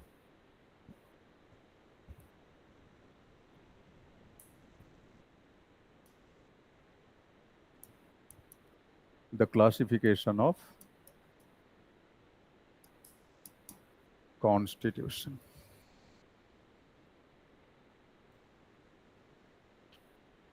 अच्छा, आपकी क्लासेस मंडे टू सैटरडे रहती है. हाँ, मेरे साथ फिलहाल अभी आपकी क्लासेस मंडे टू फ्राइडे रहेगी. Saturday and Sunday will be off in this particular month because of an on going very hectic schedule. तो बड़ा हेक्टिक शेड्यूल अभी है. एक बार आपको मालूम होगा, शायद आईआर की क्लास का प्लान आपके साथ साझा किया गया होगा. हाँ, बट वो टाइम नहीं निकल पाया, इतना हेक्टिक हो गया था. और मेरी जो दिनचर्या है, सुबह 5:30 बजे शुरू होती है और रात में 11 बजे समाप्त होती है क्लासेस से. ऐसे तो सोते सोते 1 बज जाता है. तो आपकी क्लास से पहले मेरे 3 लेक्चर हो चुके हैं और क्लास के बाद 2 लेक्चर्स अभी और होने हैं. तो on an average 4 to 5 lectures a day. बीच में ये एक्सटेंड इसलिए करना पड़ा कि उस समय हेक्टिक शेड्यूल था और दिल्ली से बाहर का शेड्यूल था. यहाँ होता तो मैनेज कर लेता, लेकिन अभी यहीं का शेड्यूल है और टिल दिसंबर दिल्ली से हमें बाहर कहीं नहीं जाना है. तो फिर प्लान हुआ कि चलो पॉलिटी भी नहीं हुआ, यहाँ से स्टार्ट करते हैं. मैं पॉलिटी पहले लेना नहीं चाह रहा था because it's a time consuming job. मैंने बताया ना कि पॉलिटी का सिलेबस खत्म होते होते लगभग 120 आवर्स लग जाते हैं. सिलेबस आपके सामने है. खाना पूर्ति करेंगे कि चलो भाई प्रियम्बल में क्या है, जस्टिस, लिबर्टी, इक्वालिटी, फ्रेटर्निटी, नाम लिख दिया, निकल लिए.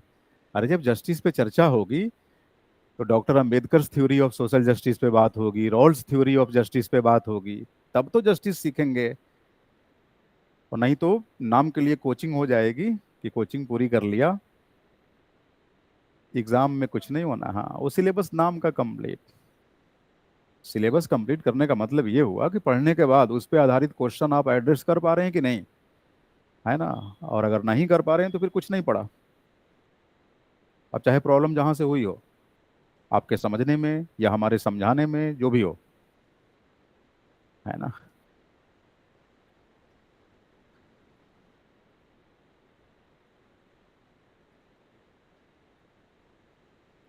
तो अभी बस केवल इस महीने के लिए 2 दिन ऑफ रखेंगे। और हो सकता है कभी, चूंकि आपकी 2:30 से 5 की क्लास होती है, तो ऐसा भी हो सकता है कि कभी आपको मैं 4:45 में छोड़ दूं, 4:40 में छोड़ दूं, मतलब थोड़ा पहले। हाँ, वैसे जरूरी नहीं है, बट कभी कभार। अब जैसे मान लो यहीं की क्लास हो, तब कोई टेंशन नहीं। अब पता चला यहाँ से फिर ORN भागना है, और ORN की क्लास है सपोज 6 PM से, तो इस समय बड़ा जाम लग जाता है ना। तो अगर उधर जाना हुआ तो थोड़ा पहले मैं आपकी क्लास छोड़ दूंगा, मतलब 4:40, 4:45। और जब तक इस मुखर्जी नगर और इसकी विसिनिटी में हूँ, तब तक तो 5 बजे तक पढ़ेंगे, कोई टेंशन नहीं। So the classification of constitution. देखो, generally constitutions are classified in 2 ways. See, constitutions are classified on 2 grounds.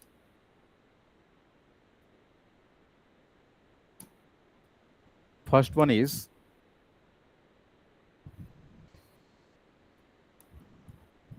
on the basis of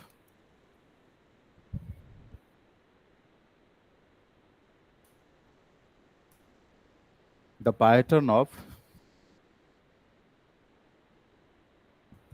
documentation, and second one is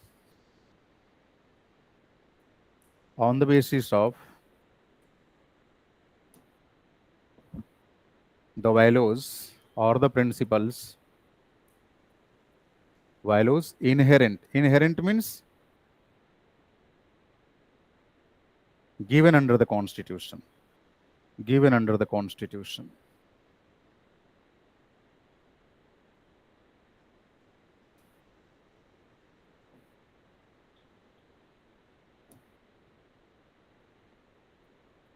Inherent. In Devanagari it is called Antarnihit, है ना, on the basis of the values inherent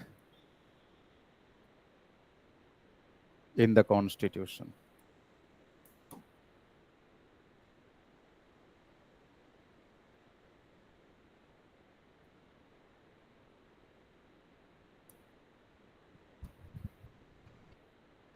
The values inherent in the Constitution. See, on the basis of the pattern of documentation, you will have either a written constitution or an unwritten constitution. Written constitution and unwritten constitution. On the basis of the values inherent, you will have either a liberal democratic constitution or Marxist democratic constitution. Liberal democratic constitution or and Marxist democratic constitution. So if Marxist values are inherent in a constitution, like suppose there shall be one ideology based political system, and that ideology is communist ideology. There shall be limited amount of, individual rights provided to the people. Socio-economic rights are provided with more weightage comparing to political rights.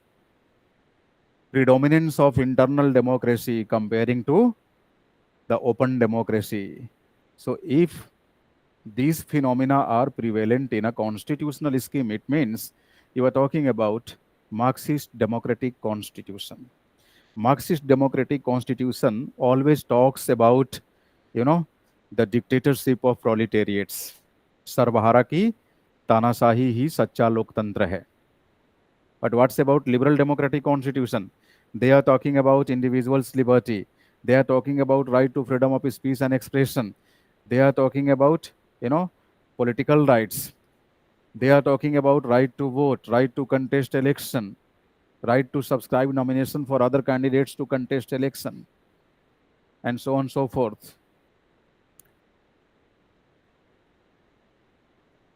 It talks about, people's participation based governance. It talks about justice. It talks about equality. It talks about free and fair judicial system. It talks about independence of judiciary. It talks about, you know, uh, non-partisan electoral system, independent electoral system, transparent electoral system. It talks about, non-committed bureaucracy in administration. So if all such norms are there in a constitutional scheme, it means you are referring a liberal democratic constitution. Liberal democratic constitution. So on the basis of the values inherent in a constitution, we may have two sets of constitutional schemes. One is liberal democratic constitution, liberal democratic constitution, and the other is Marxist democratic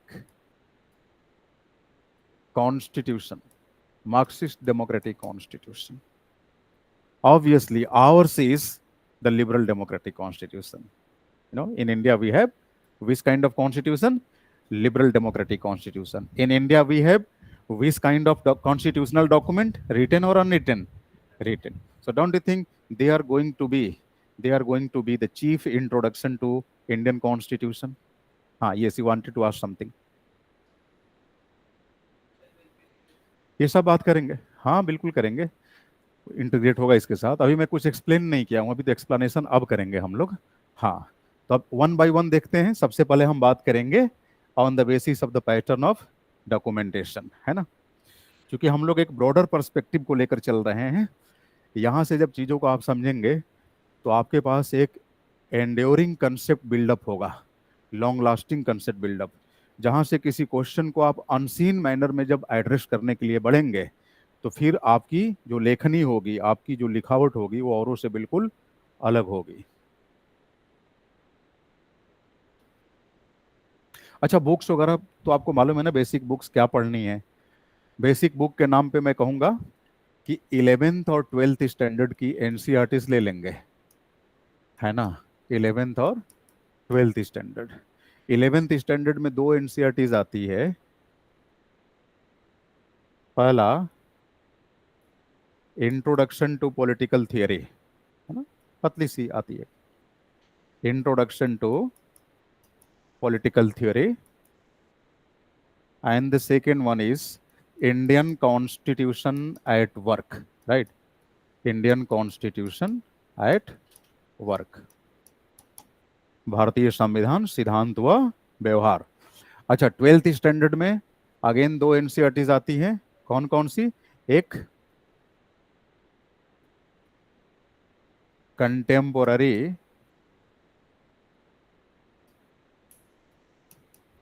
world और contemporary world politics, समकालीन विश्व राजनीति. And another one is politics in India since independence. Politics in India since independence. स्वतंत्र भारत में राजनीति. अगर ये चार एनसीईआरटी ढंग से कर गए और उसके बाद सिलेबस की एक एक एंट्री को आपने रिचुअली फॉलो किया, तय मानिए एक क्वेश्चन बाहर नहीं जाएगा. बस प्रीवियस ईयर क्वेश्चन तो करना पड़ेगा ना आपको, चाहे वो प्री हो या मेंस हो, दोनों का करना पड़ेगा. बट इतना मोर देन एनफ है. आपको कहीं अलग अलग किताबों के भंवर जाल में फंसना ही नहीं है. आप देखेंगे जैसे हम लोग मेंस की एक एक एंट्री डिस्कस करेंगे, वहां से आपके प्रीलिम्स के भी क्वेश्चन बनने लगेंगे. और मेंस का तो मैं गारंटी के साथ कहता हूं कि इंडियन कॉन्स्टिट्यूशन एंड पॉलिटी से जितने क्वेश्चन पूछे जाएंगे, अगर मान लो 8 पूछा गया तो मैं दावे के साथ कहता हूं कि 7 क्वेश्चन हर हाल में करोगे.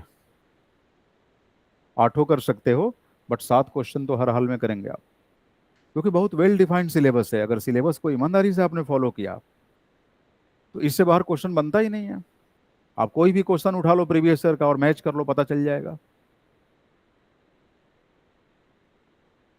है ना. अब होता क्या है, पॉलिटी के सिलेबस के नाम पे पहले दिन से ही शुरुआत हो जाएगी डिफरेंट एक्ट्स की, regulating act, fits India act पढ़ रहे हैं, रट्टा लगा रहे हैं।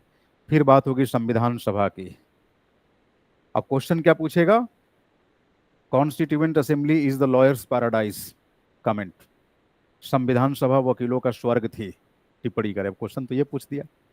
अब कॉन्स्टिट्यूएंट असेंबली की डिबेट तो पढ़े नहीं हो, जो पढ़ना है वो तो पढ़े नहीं, बकवास की चीजें पढ़ डाली कि संविधान सभा में कितनी महिला सदस्य थी, महिलाओं में मुस्लिम महिलाओं की संख्या कितनी थी।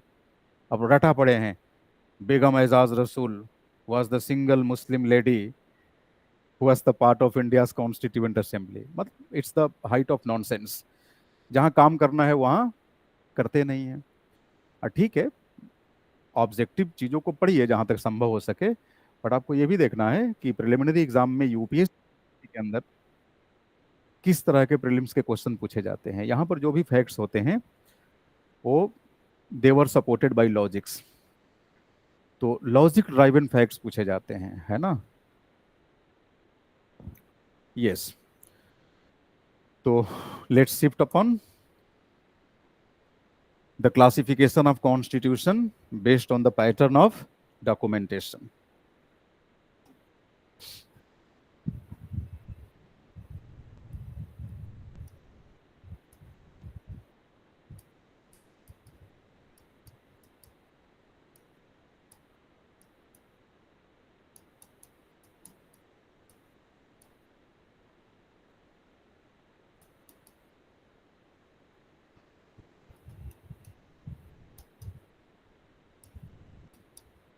Based on the pattern of documentation.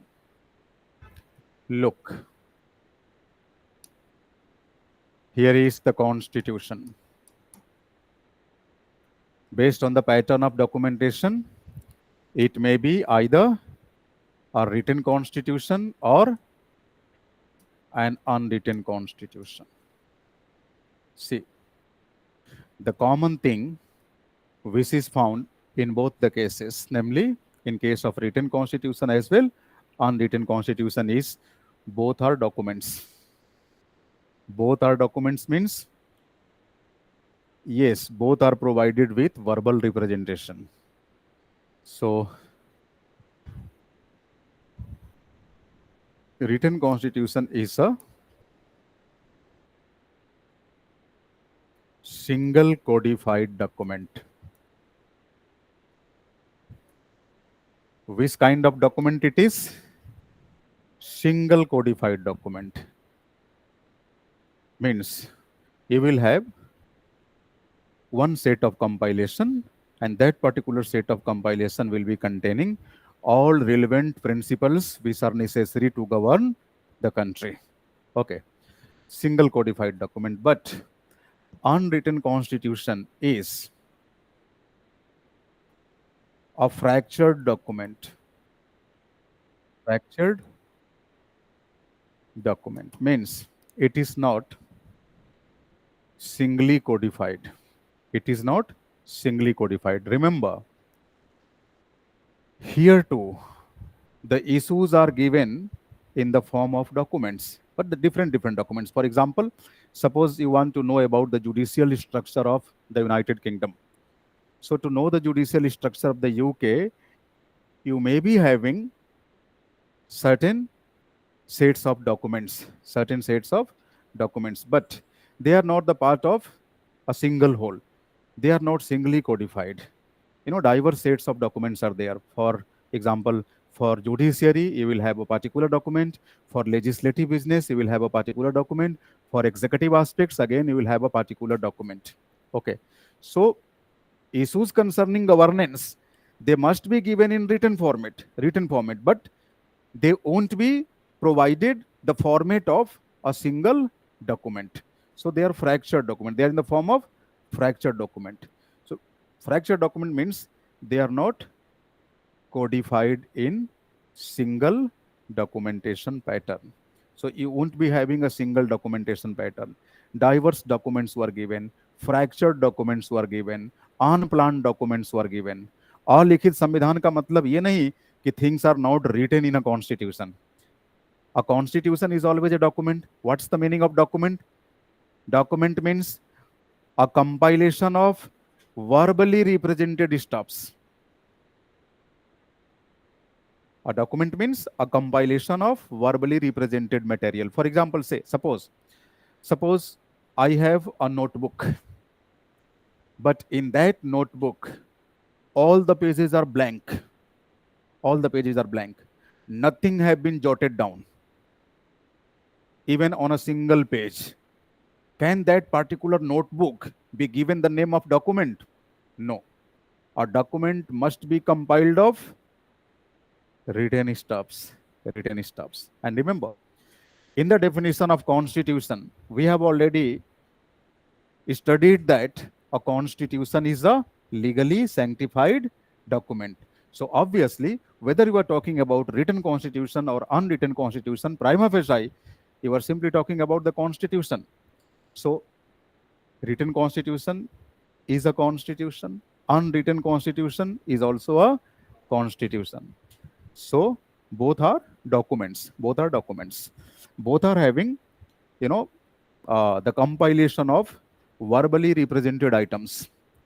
But still there exists a difference. The difference is this document is well-planned document. This document is singly codified document, single codified document. That is not the case with unwritten constitution. It is in the form of fractured document, fractured documents. So this is going to be the first point of differentiation between written constitution and unwritten constitution. Second thing, a written constitution is always a result of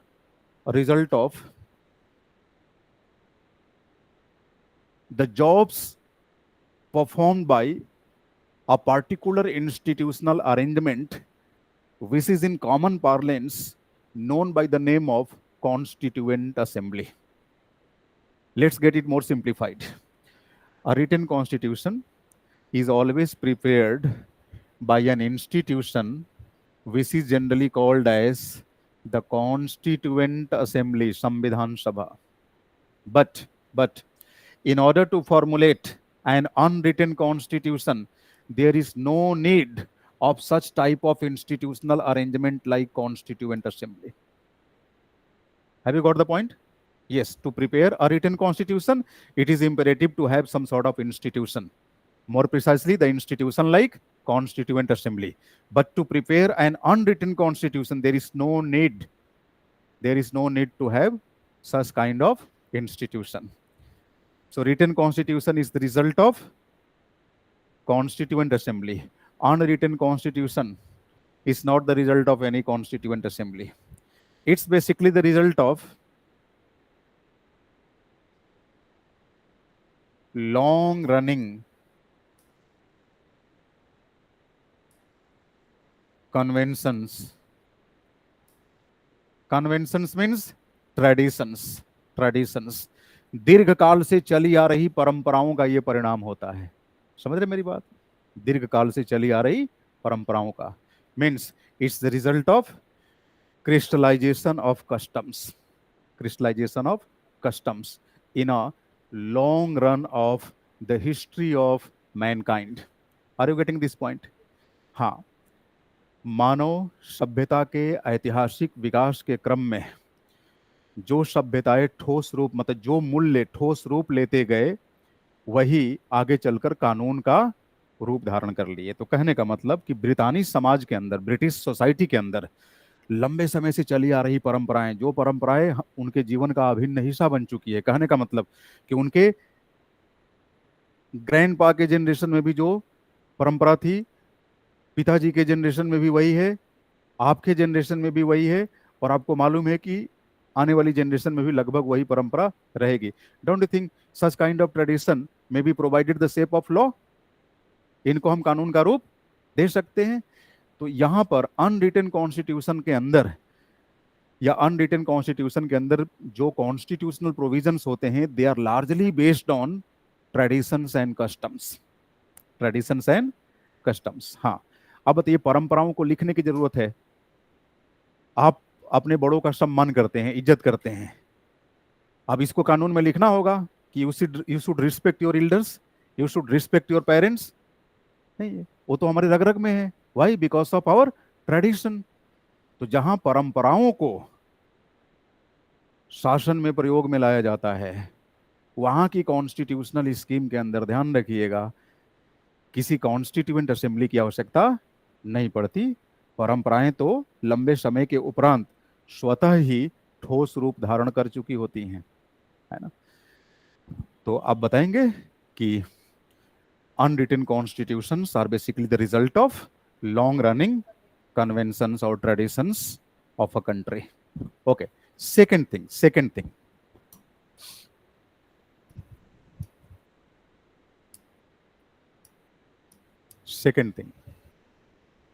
Look,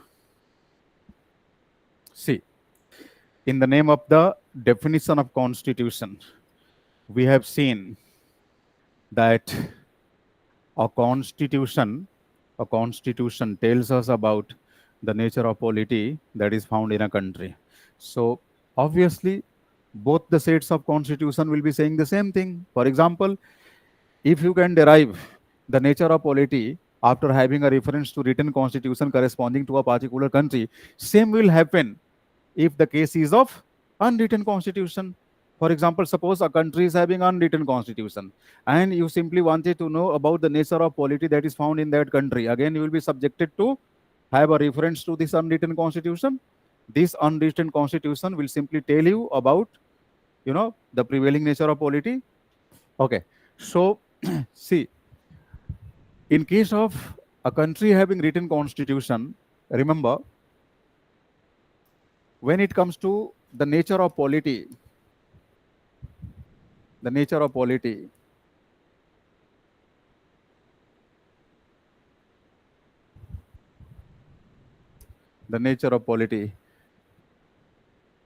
here there is a possibility of unitary nature of polity. There is equally the possibility of federal nature of polity. There might also be a possibility of a unique blend of unitarism and federalism. So all the possible choices regarding the nature of polity are available in case of written constitution. It simply depends upon, the constituent assembly, the members of the constituent assembly. Means the members of the constituent assembly are keen to choose which kind of political nature. If they are in favor of unitarism according to the circumstances prevailing in the country, they may choose unitarism. If they are, willing to choose federalism after having a glimpse upon the prevailing circumstances in the country, they may go for federalism. If they are finding that unitarism alone as well as federalism alone is not going to be much suitable for our country, so they may decide over the blend of unitarism and federalism. And this is the case of India. So in India, if you look into the governing domain, up to a certain extent, you will notice the unitary tendency. And up to some other extent, you will certainly notice the federal tendency. So we have a unique blend of unitarism and federalism. Yes. So all these three possibilities are open in a country having written constitution. But that is not the case with a country having unwritten constitution. Why? In case of unwritten constitution, remember, only unitarism is allowed. There is no scope for the existence of federal nature of polity. Unwritten constitution always allows for unitarism to exist. It never allows the federalism to exist. So again, it's yet another point of differentiation between written constitution and unwritten constitution. One more thing. Have you got this point? Because of certain reasons, like unwritten constitution is totally flexible. you won't have even a single provision which might be termed as the rigid provision. And rigidity is an essential phenomena of federal constitution. Why? Because federalism is lying on the principle of division of power. So power is divided between center and state. So if power is divided, the conditions or the terms of references based on that the power division is taking place, don't you think it must be presented clearly? It must be presented clearly. But unwritten constitution is not that much capable to present the terms of references corresponding to division of power in a clear cut manner. Why? Because it's unplanned document. It's totally flexible one. Parliament can amend one or more provisions of the constitution at any point of time by using even the simple majority. Means the provisions of unwritten constitutions are easily subjected upon amendment. Okay. So since all the provisions are flexible, so they are not capable enough to allow for the existence of federal nature of polity. That's why it is always unitary. So an unwritten constitution always allow the unitary nature of political system to prevail. One more thing. Since written constitution is prepared by an institution named Constituent Assembly, so let's say here is a written constitution C1. So a country has decided that we have to prepare a written constitutional document. So obviously the country would be working on formulating a Constituent Assembly. Why? Just to design this constitution. So let's say a Constituent Assembly has been made. What is the purpose behind the formulation or setting up of Constituent Assembly? The purpose is to formulate the constitution. Which kind of constitution? Written constitution. So this Constituent Assembly will obviously is starting its job of constitution making on certain specific date. For example, suppose this is D1. D1 is the date on which the Constituent Assembly has started the task of constitution making.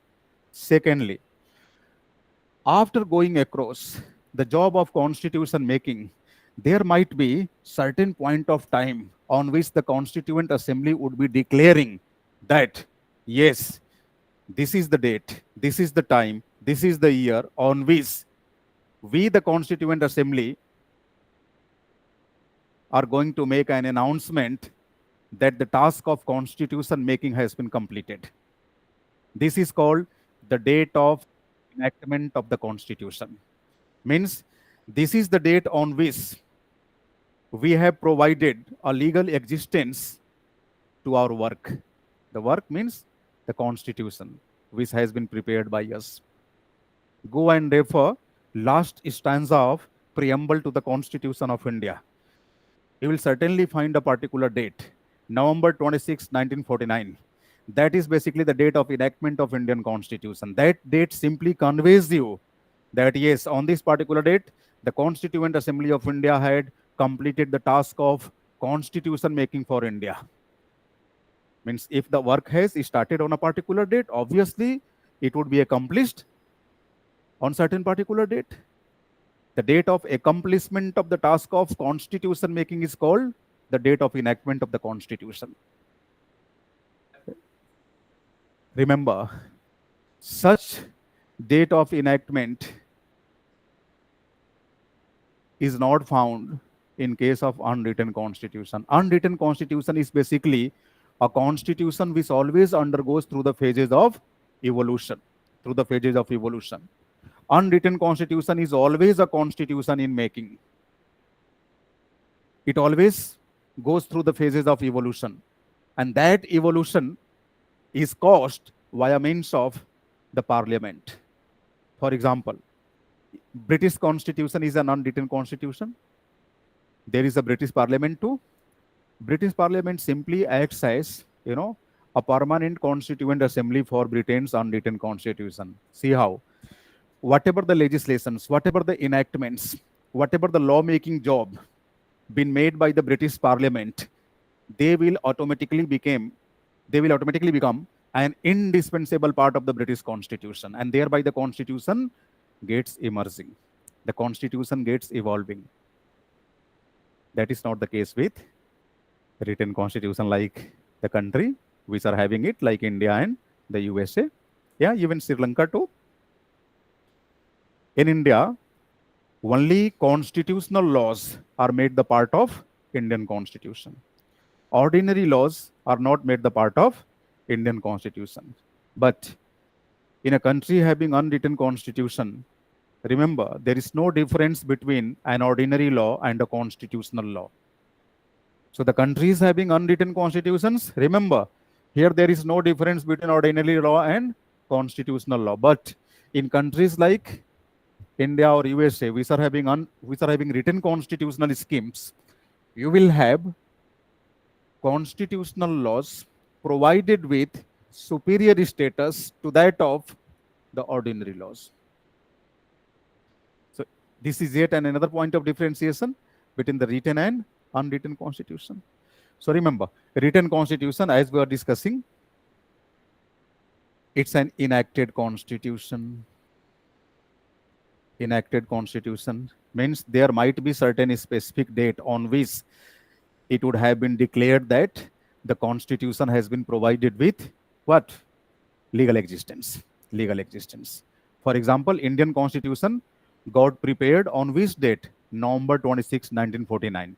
So whenever you talk about Indian constitution, it means you are talking about the Indian constitution of November 26, 1949.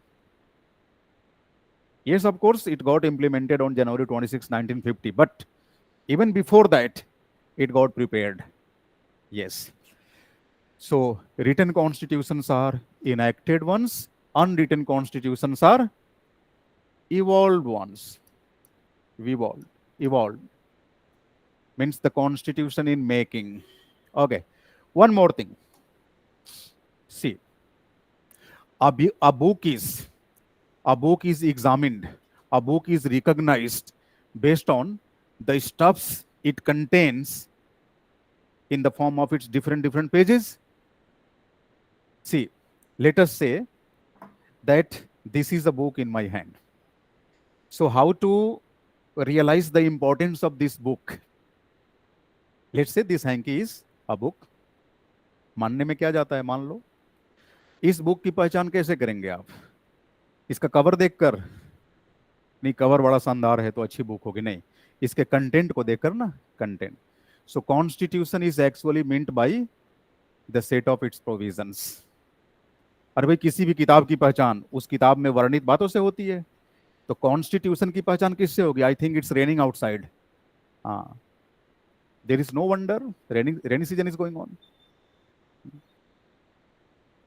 So suppose constitution का मतलब उसके provision से है. जैसे हम कहते हैं ना कि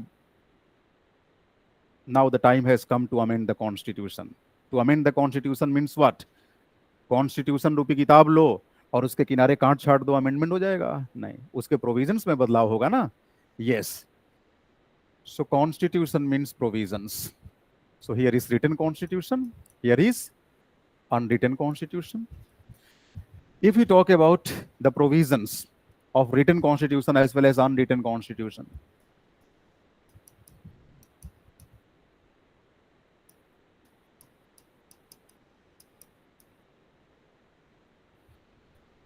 so here is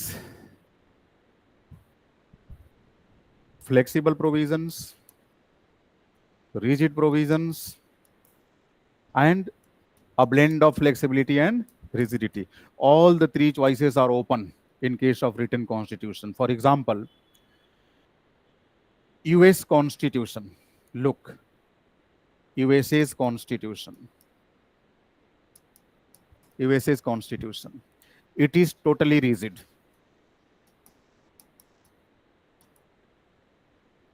It is totally rigid. Remember, US Constitution is basically a written document. And it has all its provisions which are rigid ones. Second, flexible. Sri Lankan Constitution.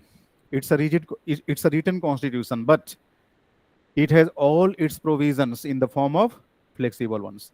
श्रीलंकाई संविधान के सारे प्रावधान लोचशील हैं, सुनम्य हैं, लचीले हैं. अमेरिकी संविधान के सारे प्रावधान अनम्य हैं, कठोर हैं, और वहीं आ जाओ India, again we have written constitution, but what sorts of provisions are there? A unique blend of flexibility and rigidity. लेकिन ध्यान रखिएगा, in case of a country having unwritten constitution, you will always have the only choice, and that is totally flexible. एक भी rigid provision नहीं मिलेगा.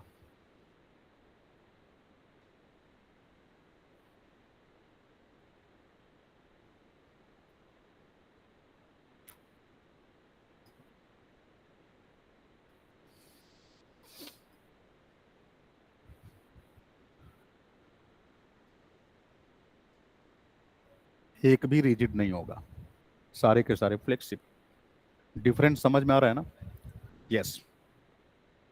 अब देखो, हम लोगों ने पढ़ा था ना कि constitution tells us about the form of government. It also tells us about the extent of the powers enjoyed by different organs of the government. So here is written constitution, here is unwritten constitution. Written constitution में अगर हम governing organs के power की बात करें,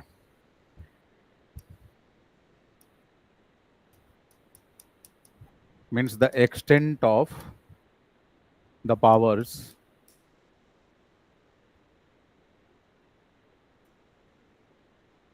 enjoyed by the governing organs,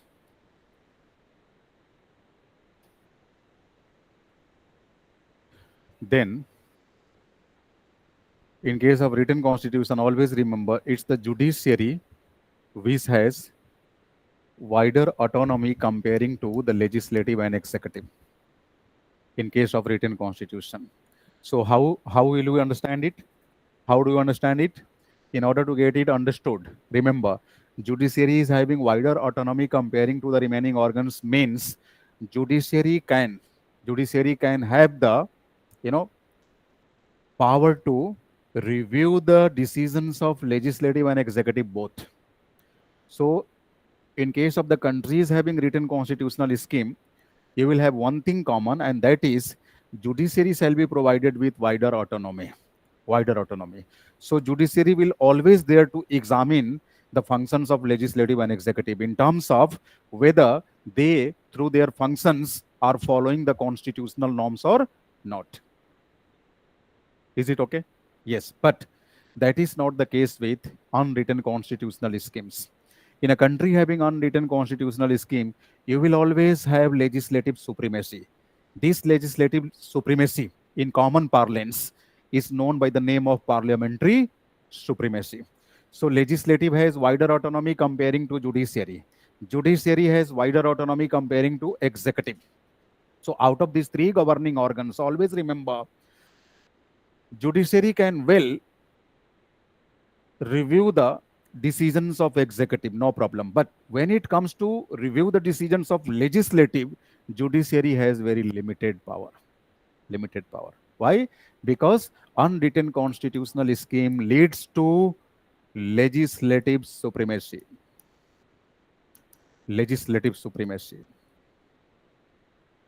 Which is also called as parliamentary supremacy. But that is not the case with written constitutional scheme. Hopefully, you would have got the point. So this is how we discussed the classification of constitution based on the pattern of documentation. Now, after it, we will be discussing about the classification of constitution based on the principles inherent in the constitution. So this one, on the basis of the values inherent in the constitution. Remember, this particular facet will take you to sail across the phenomena or the concepts of constitutionalism and constitutional morality. So this particular dimension is going to be highly important for your examination point of view, especially for mains exam. One more thing. We have been studying about the introduction to the Constitution of India. So in the name of introduction to the Constitution of India, don't you think you can introduce Indian Constitution saying it is a written constitution? Once you say Indian Constitution is a written constitution, don't you think all the features associated to a written constitutional scheme will automatically be applied upon Indian Constitution? So, आपने written constitution की विशेषताएं जान गई, वो सारी विशेषताएं किसी न किसी रूप में इंडियन कॉन्स्टिट्यूशन पे लागू होगी कि नहीं? तो आपने केवल एक परिचय दिया कि हमारा संविधान लिखित है, इतना कह देने मात्र से आपको नहीं लगता कि बहुत सारी बातें आपने बता दी? जो जानकार होगा वो तो जान ही जाएगा, जो मूर्ख होगा उसको बताने की जरूरत नहीं है। समझ रहे मेरी बात? तो आपने साथ साथ बोर्ड वर्क भी किया है। हाँ, क्या इसे डिक्टेट कराना पड़ेगा या हो जाएगा? इसको डिक्टेट करने की जरूरत नहीं। हाँ, हर चीज नहीं लिखी जाती, इसीलिए मैंने कहा कि बोर्ड वर्क फॉलो करते चलिए। आपको कभी भी रिटन वर्सेस अनरिटन को रिवाइज करना होगा तो अपने रनिंग नोट्स से आप रिवाइज कर सकते हैं, है ना?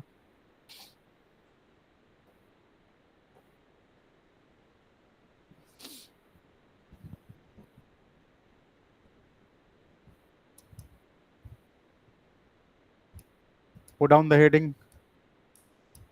Liberal Democratic Constitution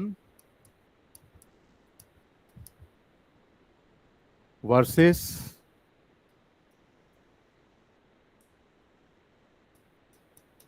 Marxist democratic constitution. बताओ, इंडिया में डेमोक्रेसी है कि नहीं? चीन में डेमोक्रेसी है कि नहीं? हाँ, यही सीखना है। चीन में भी डेमोक्रेसी है, but the difference is they have Marxist democracy. तो आपको नहीं लगता कि इसके लिए डेमोक्रेसी का मतलब समझना होगा? So it shall be continued. We shall discuss it tomorrow. That's all for today. Hopefully you would have enjoyed the session. Thank you. Yes, online students. हाँ जी सर। सब समझ में आया आपको अच्छे से? जी सर। हाँ, यस। एकदम। इसको रिवाइज करेंगे। कल हम लोग इधर मूव करेंगे, liberal democratic constitution versus Marxist democratic constitution. जब ये सीख जाएंगे तो इंडियन कॉन्स्टिट्यूशन का कंप्लीट इंट्रोडक्शन हो जाएगा। अभी तक हमने एक इंट्रोडक्शन सीखा कि Indian constitution is written document, है ना? अब कल हम लोग सीखेंगे कि how Indian constitution is liberal democratic constitution, sir. है ना? हाँ जी sir, constitution law ordinary law से सर ज्यादा है, ये समझ में आ गया। रिटन कॉन्स्टिट्यूशन में भी कॉन्स्टिट्यूशन लॉ ऑर्डिनरी लॉ से इक्वल है, ये भी समझ में आ गया। सर, ऑर्डिनरी लॉ का और कॉन्स्टिट्यूशन लॉ का अगर एग्जांपल देते थे। हाँ, ऑर्डिनरी लॉ जैसे मान लीजिए कि हमारे यहाँ जैसे सपोज वे सारे लॉ जिनको कॉन्स्टिट्यूशन में जगह नहीं दी गई, जैसे मान लो फंडामेंटल राइट्स, तो fundamental rights they are constitutional laws. समझ रहे मेरी बात? TPS they are constitutional laws. लेकिन मान लीजिए कंज्यूमर राइट्स से संबंधित जो आपको अधिकार मिले हुए हैं लॉ के माध्यम से, जैसे मान लीजिए हमने बोला the act related to national commission for women, है ना, राष्ट्रीय महिला आयोग अधिनियम, राष्ट्रीय मानवाधिकार आयोग अधिनियम, ये सारे जो एक्ट हैं ये ऑर्डिनरी लॉज हैं, क्योंकि इन्हें कॉन्स्टिट्यूशन में मेंशन नहीं किया गया है। पार्लियामेंट लेजिस्लेटिव बिजनेस के माध्यम से, ऑर्डिनरी लेजिस्लेटिव बिजनेस के माध्यम से इन्हें अंजाम दिया है।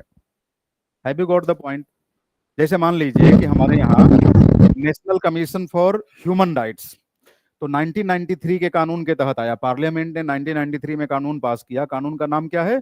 National commission for human rights act 1993। This act gives birth to the institution like national human rights commission. तो ये जो एक्ट है कैसा एक्ट है? ऑर्डिनरी है। Are you getting this point? Yes sir. हाँ, ये साधारण कानून, और वह कानून जो कॉन्स्टिट्यूशन में मेंशन है, ध्यान रखिएगा, अभी आगे पढ़ने का अवसर मिलेगा आपको। जो कॉन्स्टिट्यूशन में मेंशन कानून है उसको बनाने के लिए आर्टिकल 368 की प्रक्रिया का सहारा लिया जाता है। समझ रहे मेरी बात? हाँ, उसको हम बोलते हैं कॉन्स्टिट्यूशनल अमेंडमेंट। अमेंडमेंट तो ऑर्डिनरी लेजिस्लेटिव बिजनेस से भी हो जाता है, लेकिन फ्लेक्सिबल प्रोविजंस में होता है। ठीक है। सो आगे के सिलेबस में ये सारी चीजें आपको बड़े विस्तार से सीखने को मिलेंगी। Thank you sir. Okay okay, thank you.